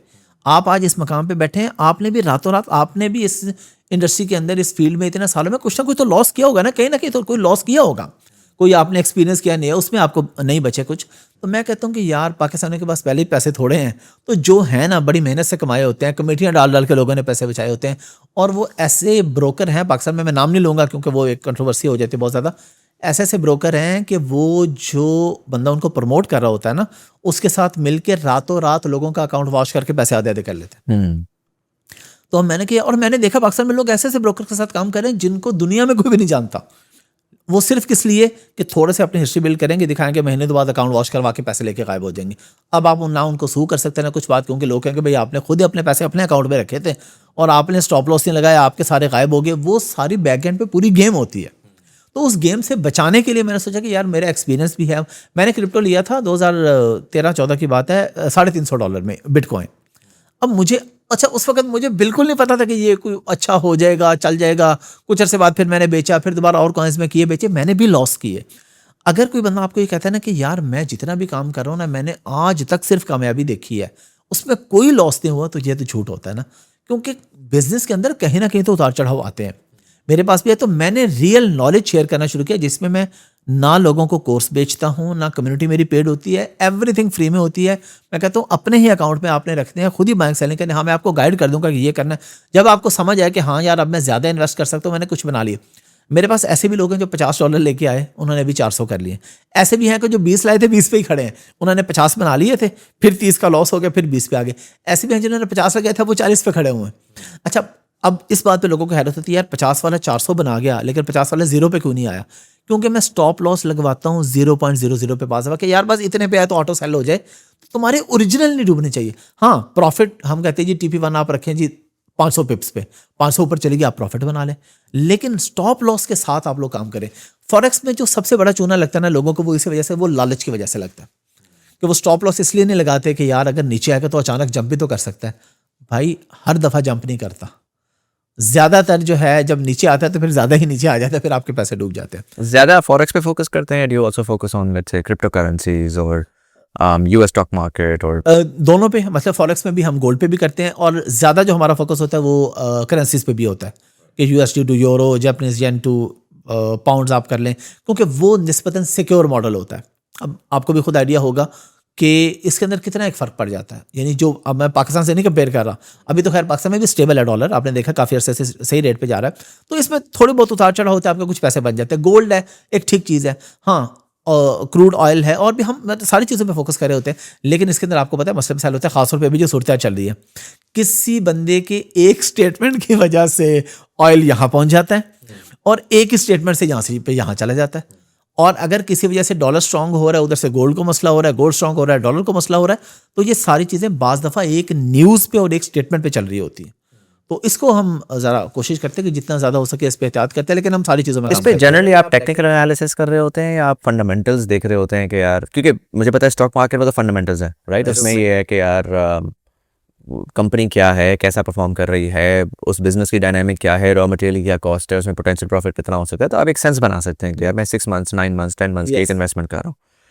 ट्रेडिंग के अंदर unfortunately there is not any fundamental that you can get into. Probably आप ये कह सकते हैं कि यार अब जिस तरह गोल्ड है, मैंने मेरी एक कम्युनिटी थी लास्ट ईयर, मैंने उसमें एक आवाज़ लगाई, उस टाइम पे गोल्ड जो चल रहा था वो $1800 का था, तो मैंने कहा यार मुझे पूरी इकोनॉमी को देख के जो नज़र आ रहा है ना, मुझे लग रहा है कि गोल्ड बहुत चढ़ेगा।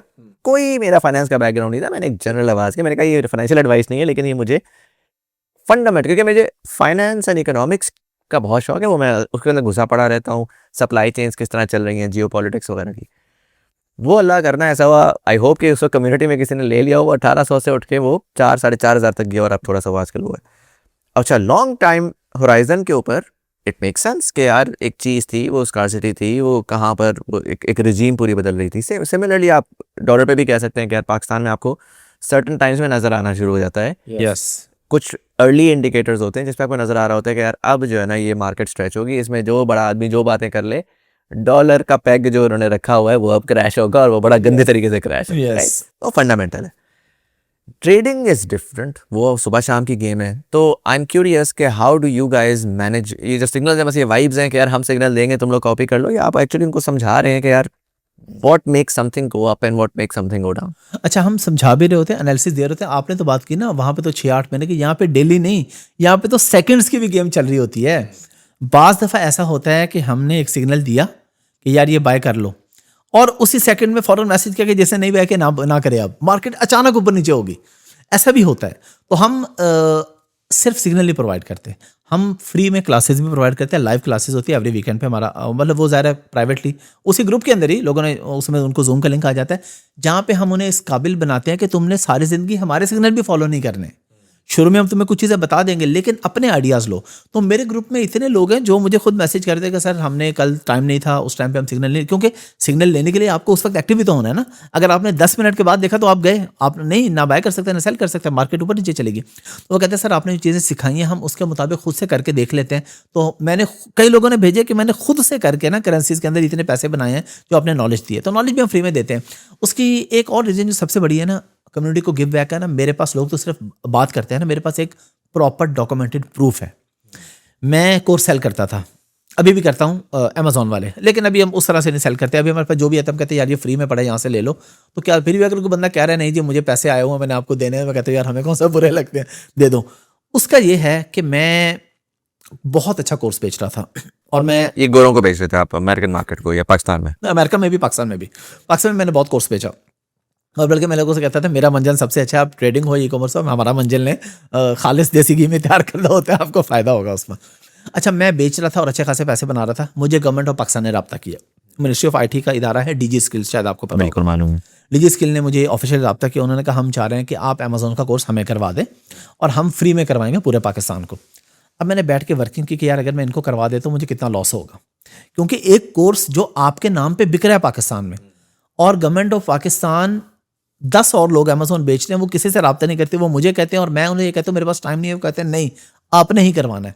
अच्छा, गवर्नमेंट ने हमें अच्छा पे किया उसमें, यानी अल्हम्दुलिल्लाह लाखों में पर आवर लाखों रुपए पे करते थे, बट वो वन टाइम था। वो 24 घंटे का कंटेंट गवर्नमेंट ने हमसे ले लिया और तैयार करके उन्होंने डाल दिया और लोगों को फ्री में दिया।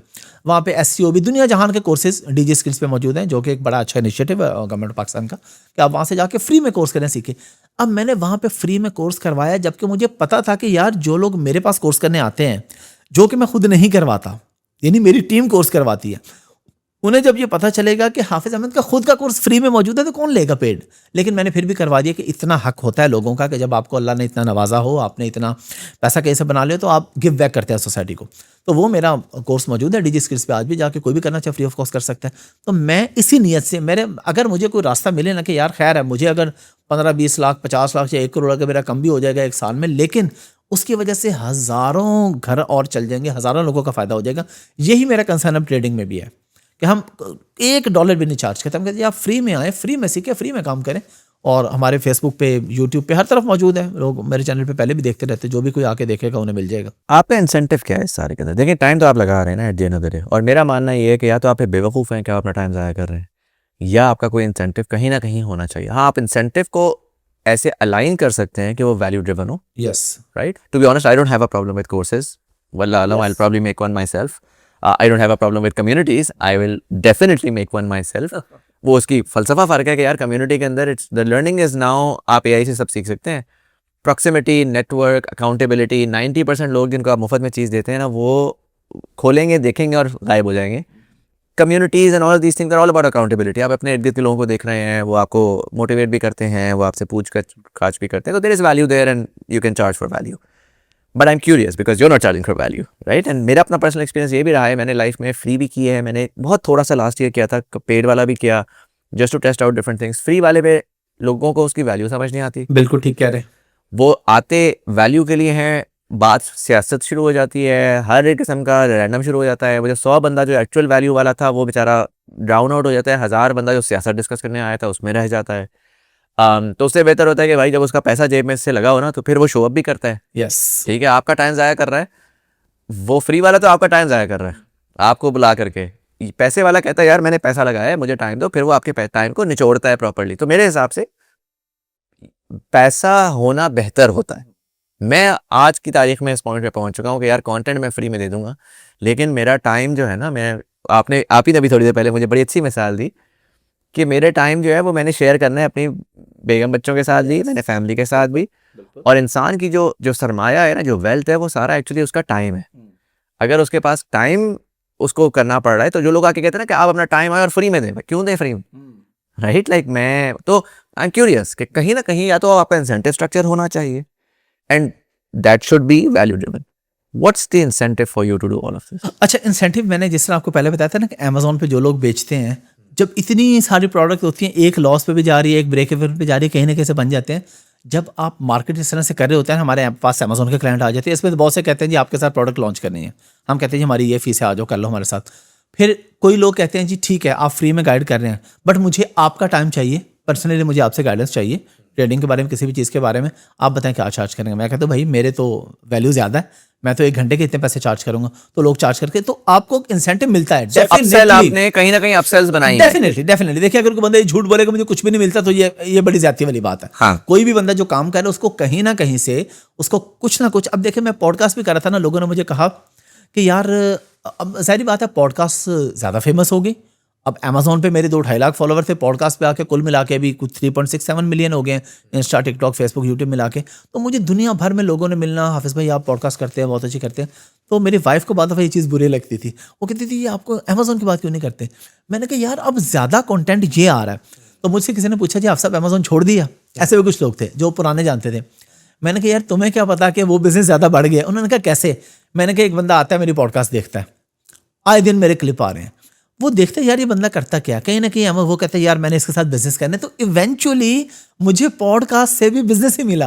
यानी यूट्यूब, फेसबुक, इंस्टाग्राम, टिकटॉक, मतलब टिकटॉक भी मोनेटाइज है, जहाँ भी जो आपको ऐड की नहीं आता ऐड का, यार ऐड का लोगों को लगता है कि सारा पैसा, लोग आगे कहते हैं आप थोड़ी सी अगर कोई बात करें ना, मैं अगर कोई CTA डाल दूं, मैं कहूँ यार मैं कोई ऐड चला दिया, मैं पिछले दिनों पर्सनल ब्रांडिंग का ऐड चला, मैंने कमेंट सेक्शन में लोग आके बोल रहे हैं ओ यार तू अब बेचना शुरू हो गया है तो यूं कर रहा है वो कर रहा है, तो भाई कैसे करूँ? Like there is a cost associated to content creation and this and that, और आपको लगता है कि ऐड का पैसा है, ऐड का कोई पैसा नहीं है। वो मैं मिस्टर बीस्ट की स्टोरी पढ़ रहा था, mister Beast is the world's most famous, right?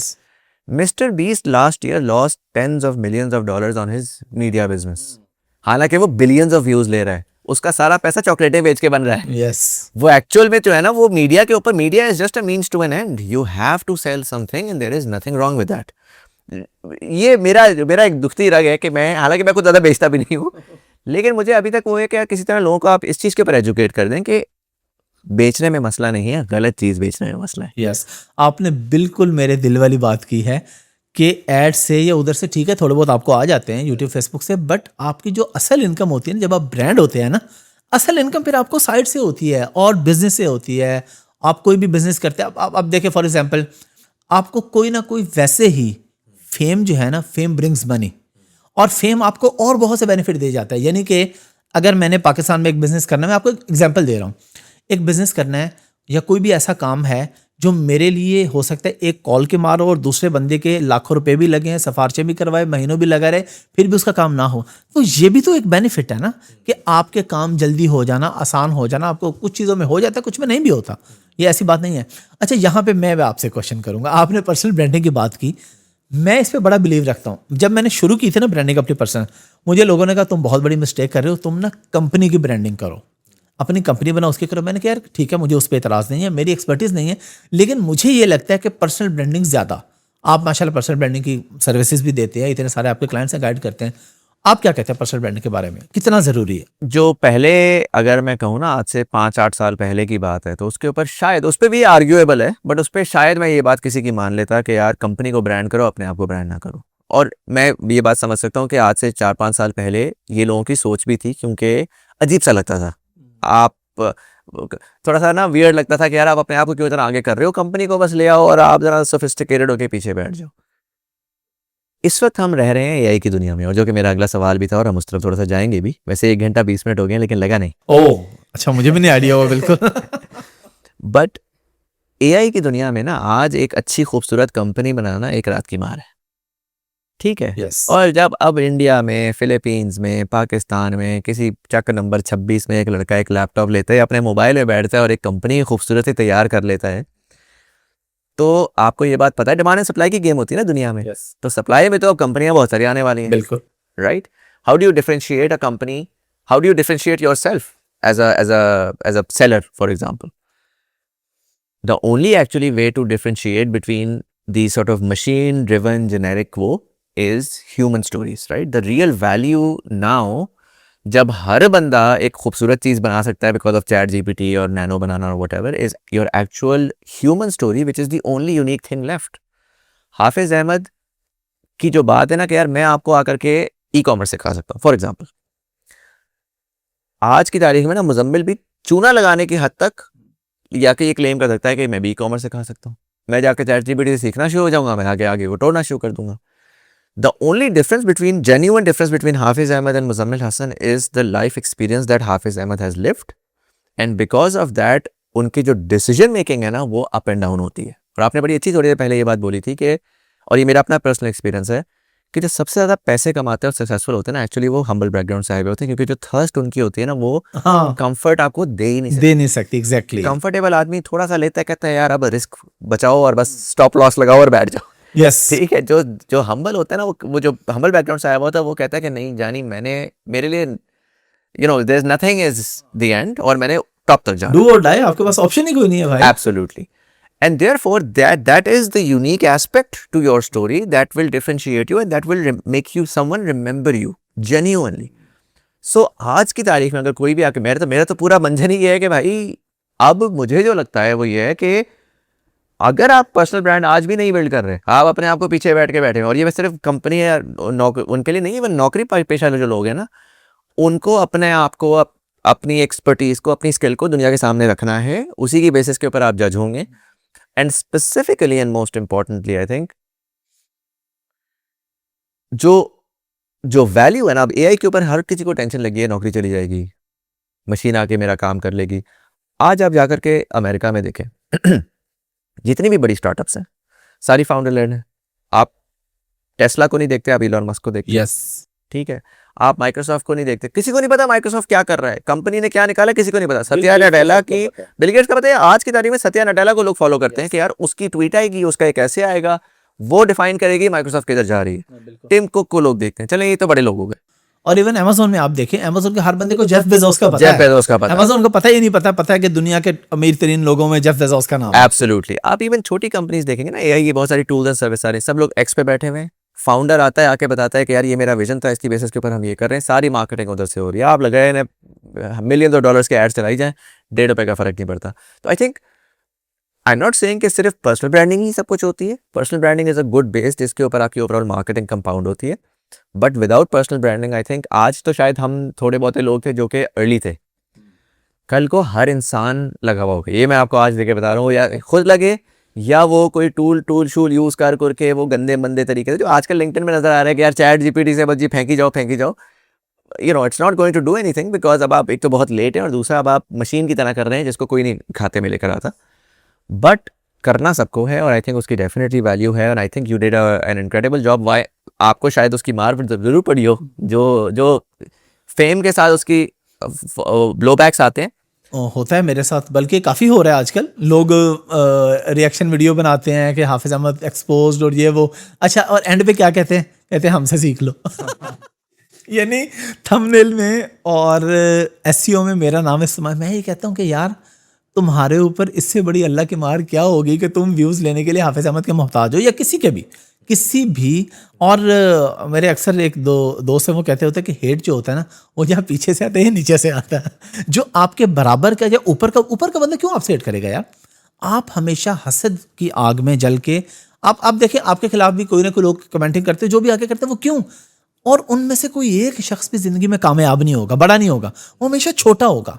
तो जो छोटा बंदा होता है वो हमेशा बड़े पे वार करता है, और बड़ों को ये तारीख उठा के देख लें, बड़ों पे हमेशा छोटे हमले करते हैं, और छोटे बेचारे फिर एट द एंड जहाँ जीत बड़े की होती है, और बड़े से मुराद वो है कि जिसको अल्लाह ने इज्जत दी हो, उसके साथ कोई कम्पीट नहीं कर सकता। 100%।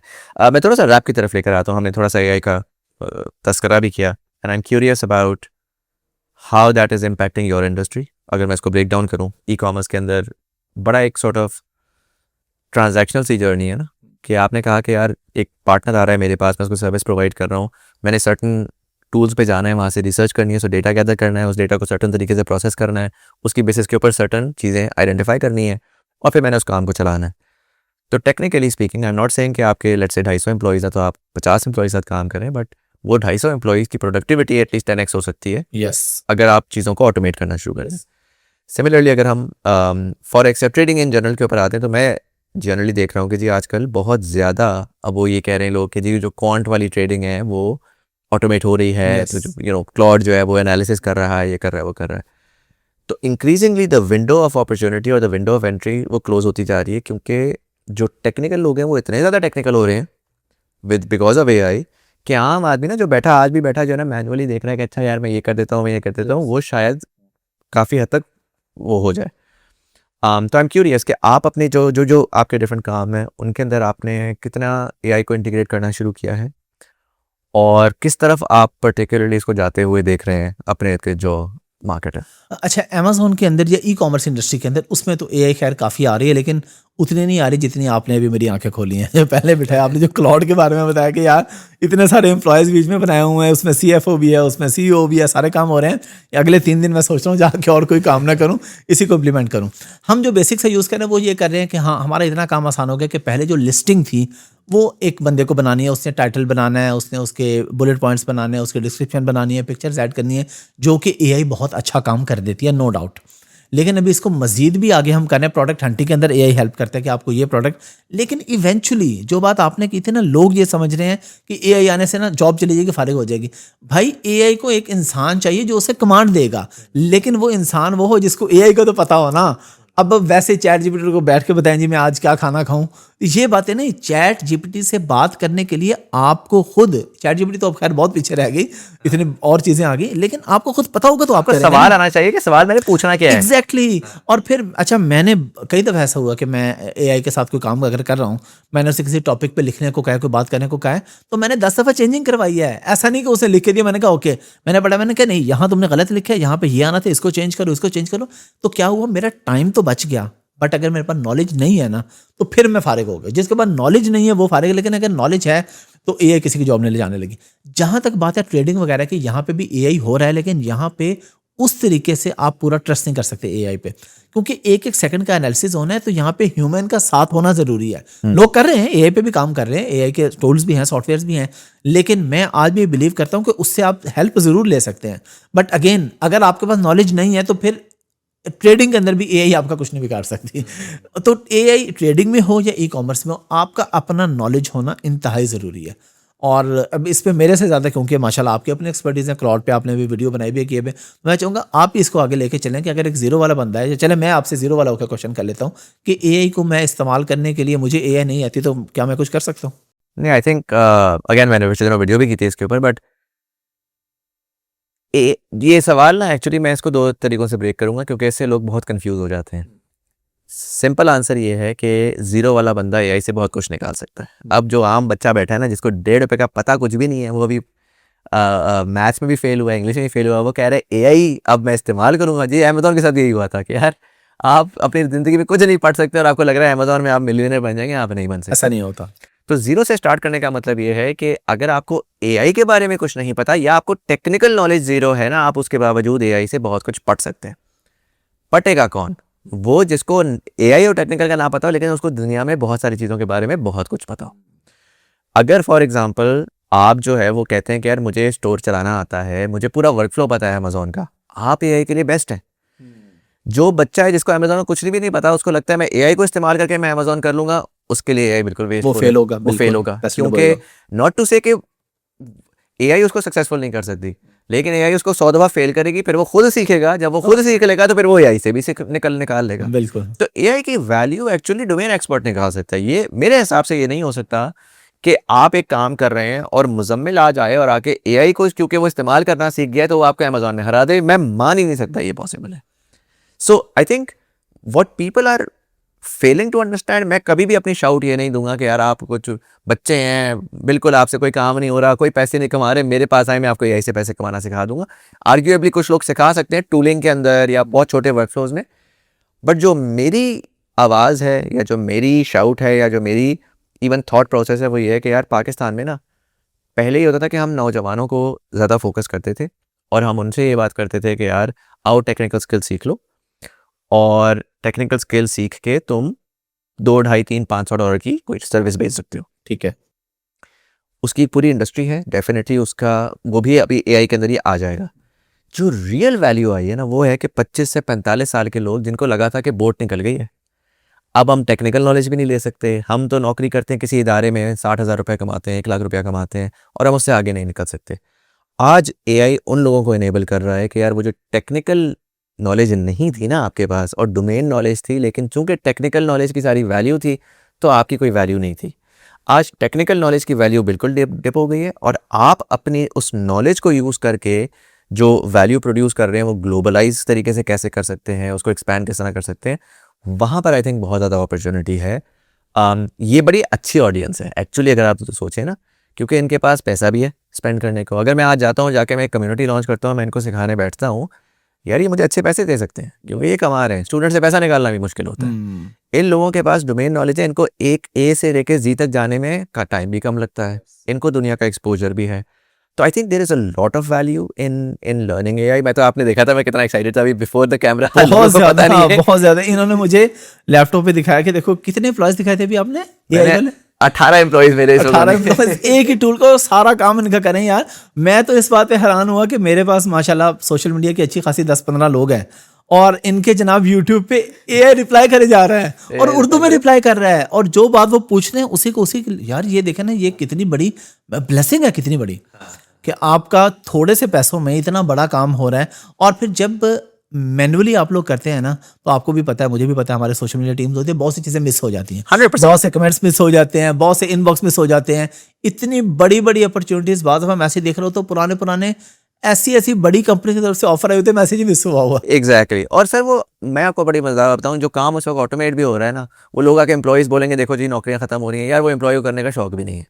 जब आप एम्प्लॉय को मैं बोलता हूँ ना यार मेरे कमेंट्स का रिप्लाई करो, कहते हैं यार मुजम्मिल भाई कितनी ख्वारी है सारा गो थ्रू करने और इतने सारे कमेंट्स है यार, कौन रिप्लाई करता है. तो यार वो वाला काम है, मैं एम्प्लॉय की नौकरी नहीं खत्म कर रहा, मैं कह रहा हूँ भाई तू उसको छोड़, अब तू कोई बेहतर काम कर. फर्क ये है कि तू बेहतर काम करने की काबिलियत रखता हो. ठीक है, अगर आपने टोटल काबिलियत ये बनाई है कि यार बस जो ना बैठ के बटन दबाते जाओ और वो करते रहो तो आपको मशीन रिप्लेस कर लेगी. अगर आपके अंदर सोचने की काबिलियत है तो ये जो फालतू काम है वो मशीन पे लेकर जाओ और अब थोड़ा बड़ा सोचते हैं. Right. So I am very excited. I think it's an incredible opportunity. But anyways, 1 hour 34 minutes. We're gonna wrap this up. मैंने recently ना तैयार किया था कि मैं 40 मिनट पे ख़त्म रखूँगा, but finally एक मज़े की कहानी आई and I wanted to really dive deeper there as well. हाफिज़ भाई, मैं लास्ट क्वेश्चन तमाम गेस्ट से पूछता हूँ, आपसे भी मैं वो ओपिनियन लेना चाहूँगा. Again, you've been to the UK, you've been to the US as well. I mean, you live in US now, but I know that you keep on going back to Pakistan. Business आपका जो है वो at least in terms of the delivery Pakistan से ही चल रहा है. Audience आपकी सारी पाकिस्तान में है या उर्दू स्पीकिंग ऑडियंस है. तो चाहे जो भी अप एंड डाउन हो, चाहे जैसा भी नाजुक मोड़ हो इस मुल्क का, चाहे जैसी भी सिक्योरिटी की चीज़ें अप एंड डाउन हो, हैं तो आप पाकिस्तान, हम भी पाकिस्तानी हैं और जितना भी हम इसको बदल रहे हैं, आई थिंक बड़ा एक बहुत प्रिविलेज है अल्लाह ताला की कि हम अमेरिका में बैठे हुए. खुशी भी होती है, सेफ्टी सिक्योरिटी की फीलिंग भी होती है, एक डेवलप्ड वर्ल्ड है. लेकिन आई थिंक शायद हमारे बच्चे जो हैं वो अपने आप को पाकिस्तानी अमेरिकन बना लें. हमारा ये कर्ज है कि हम हैं पाकिस्तानी. एक जनरेशन जो है ना, ट्रांजिशनरी जनरेशन, वो अनफॉर्चुनेट कह लें या फॉर्चुनेट कह लें, वो ना यहाँ की रह जाती है ना वहाँ की रह जाती है.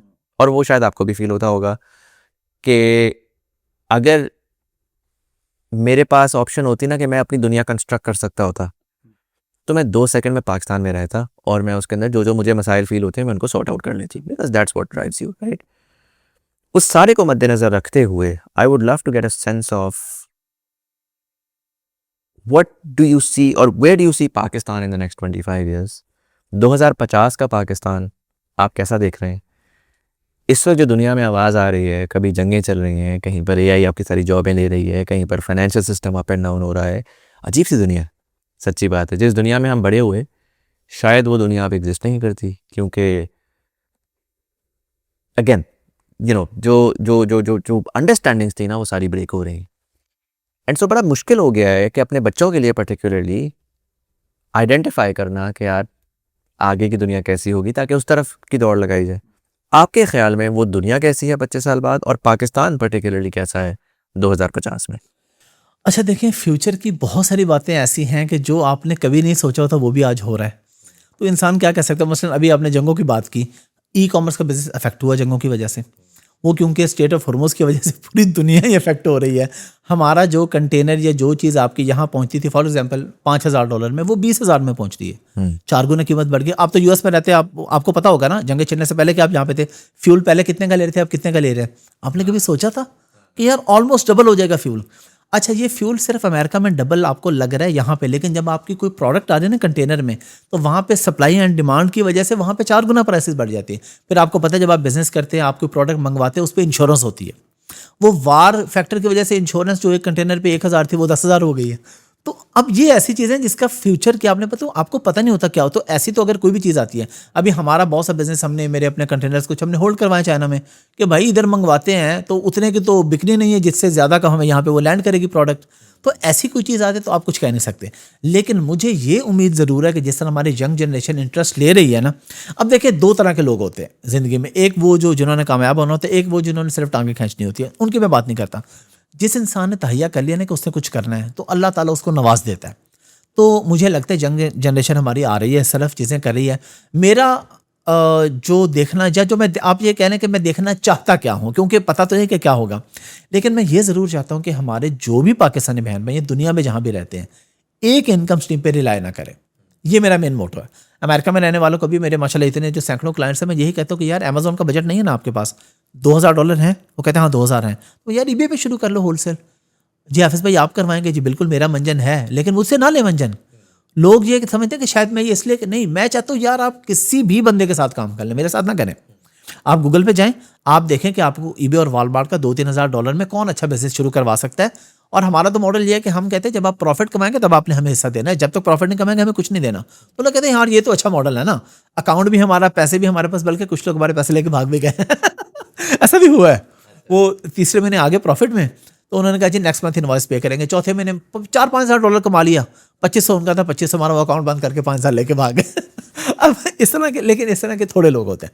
ज़्यादा वो कहते हैं यार ठीक है आप भी कमा रहे हो हम भी कमा रहे हैं। तो मैं देखना ही चाहता हूँ हर पाकिस्तानी, यहाँ हो, ऑस्ट्रेलिया हो, कनाडा हो, यूके हो, पाकिस्तान जहाँ भी है दुनिया में, इनकम और मल्टीपल इनकम स्ट्रीम्स उसके होने चाहिए।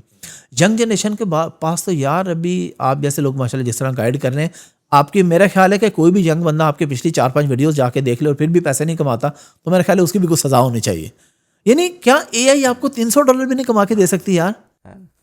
और सबसे मजेदार बात ये है कि ये वो वाला साइकिल है जो आपने अमेजोन में एक्सपीरियंस किया 15 साल पहले, जो मैंने मीडिया में एक्सपीरियंस किया कि यार कुछ भी उस टाइम के ऊपर वीडियो बना के डाल दो चल जाती थी, क्योंकि मार्केट में कोई था ही नहीं। सेम चीज इस वक्त एआई की है कि आप इस वक्त इतनी अर्ली हैं कि अगर आपको ये बात समझ आ गई है तो आप आंखें बंद करके भी पैसे कमा सकते हैं, अगेन अगर आप वैल्यू फोकस्ड हो। अब देखें जिस तरह आपने बात की कि आप किसी कंपनी को अगर ऑटोमेशन पे उनका सिस्टम पूरा करके दे रहे हैं, अब कंपनी को पता ही नहीं है कि भाई इसकी कॉस्ट क्या है। आपने कंपनी को, किसी भी आपकी वीडियो, कोई भी बच्चा है बच्ची, उसने कंपनी को बताना चाहिए आपके पास 100 एम्प्लॉयज हैं, अगर मैं आपका काम 20 एम्प्लॉय पे ले जाऊं और 80 एम्प्लॉय के आपको पैसे बच जाएं, तो वो कहेगा हाँ यार तुम कितने, आपको कहेगा मैं 50,000 लूंगा, वो कहेगा ले लो भाई। मेरा आगे तो कितना फायदा हो रहा है ना। तो मैं यही चाहता हूँ कि लोग एआई सीखें, लोग ट्रेडिंग सीखें। ट्रेडिंग पे मैं ज़ाहिर है फ्री में सिखा रहा हूँ, तो हमारे चैनल पे आज सारी चीज़ें पड़ी हैं। और जो बाहर रहने वाले हैं वो ई कॉमर्स करें, ट्रेडिंग करें, ई कॉमर्स करें, कुछ करें, एआई करें, कुछ ना कुछ करें, कुछ ना कुछ साइड इनकम लेना शुरू करें। और मेरे ख्याल में पाकिस्तान में अभी आपने देखा होगा पिछले कुछ सालों से माशाल्लाह जो आईटी की एक्सपोर्ट है वो बढ़ी है, तो डॉलर्स बाहर से आ रहे हैं पाकिस्तान। तो पाकिस्तानियों को भी यही चाहिए कि डॉलर्स में इनकम जनरेट करें, चाहे वो किसी भी फील्ड में हो, ट्रेडिंग हो, ई कॉमर्स हो, कुछ भी हो, लेकिन कोशिश करें कि डॉलर में इनकम जनरेट करें ताकि आपके मुल्क का डबल फ़ायदा हो, आपको भी फ़ायदा। अब देखें जब मैं यहाँ पे नहीं आया था ना, उससे पहले की मैं बात कर रहा हूँ, डॉलर का रेट जब 150-60 रुपये था, तो अब उसके डॉलर का हमारे इनकम, क्योंकि अल्हम्दुलिल्लाह कई सालों से आई डॉलर्स में वो सब चल रहा था पाकिस्तान में ना फ्यूल की प्राइस ऊपर चली गई और डॉलर भी 180-90 पे चला गया। लोगों ने कहा फ्यूल महंगा हुआ, मैंने कहा मुझे तो नहीं पता, क्योंकि मेरी इनकम ना बढ़ी है ना कम हुई है, मेरे वही डॉलर अब ज़्यादा PKR बनते हैं। तो डॉलर का फ़ायदा ये है कि आपको महंगाई फील ही नहीं होती। अब पाकिस्तान में बैठ के अगर आप एआई ट्रेडिंग ई कॉमर्स नहीं करते तो आप डॉलर तो नहीं कमा सकते ना। अगर आप पाकिस्तान में कोई सर्विस दे रहे हैं तो रुपए कमाएंगे तो जब बिजली फ्यूल महंगा होगा तो फिर आप परेशान होकर कि कहाँ से करें। तो मैं चाहता ये हूँ कि डॉलर्स में सारे लोग इनकम जनरेट करें और कर भी रहे हैं और फ्यूचर भी यही देखना चाहता हूँ। 100%. हाफिज भाई, यहाँ पर मैं इसको रैप अप करता हूँ at the 1 hour 40 minute mark. Thank you so much for taking the time out. आपका बहुत शुक्रिया, बड़ा coming मजा है। all the बल्कि way. इस बहाने हमने अटलांटा भी देख लिया। I'm glad. अमेरिका में बहुत ट्रैवल करता हूँ मैं। अच्छा। मतलब न्यू मैक्सिको तक गया हूँ और पता नहीं कहाँ कहाँ सिलिकॉन वैली भी पूरी विजिट की है, मेटा सारे बड़े ऑफिस विजिट किए हैं, रिकॉर्ड किया उनको। तो अटलांटा अभी तक नहीं देखा था, आपकी बरकत से वो भी देख लिया। चले, I'm glad. It's a nice city. It's like Islamabad, green and clear, very beautiful, slow and इस तरह की. But thank you so much for coming in and sharing all that insight. मैं नीचे comment section में I will give a link to some of his recent work as well. You can check that out. But anyways, आने का बहुत बहुत शुक्रिया. Thank you. And Thank for you all of very you much. guys, let me know in the comment section below, have you seen the work that Hafiz Ahmed Bhai does? Have you actually been interacting with him on e-commerce or trading or forex? What are your thoughts on all of that? Again, मैं personally I don't get into the trading and any of that, so I'd love to hear your opinions on what you think about the industry, how people or should people participate in it or not. All of those thoughts in the comment section below. But nonetheless, it was Sayyid Zamil Hassan Zaidi. You're watching Thought Behind Things. Thank you so much for watching, and I'll see you in the next one.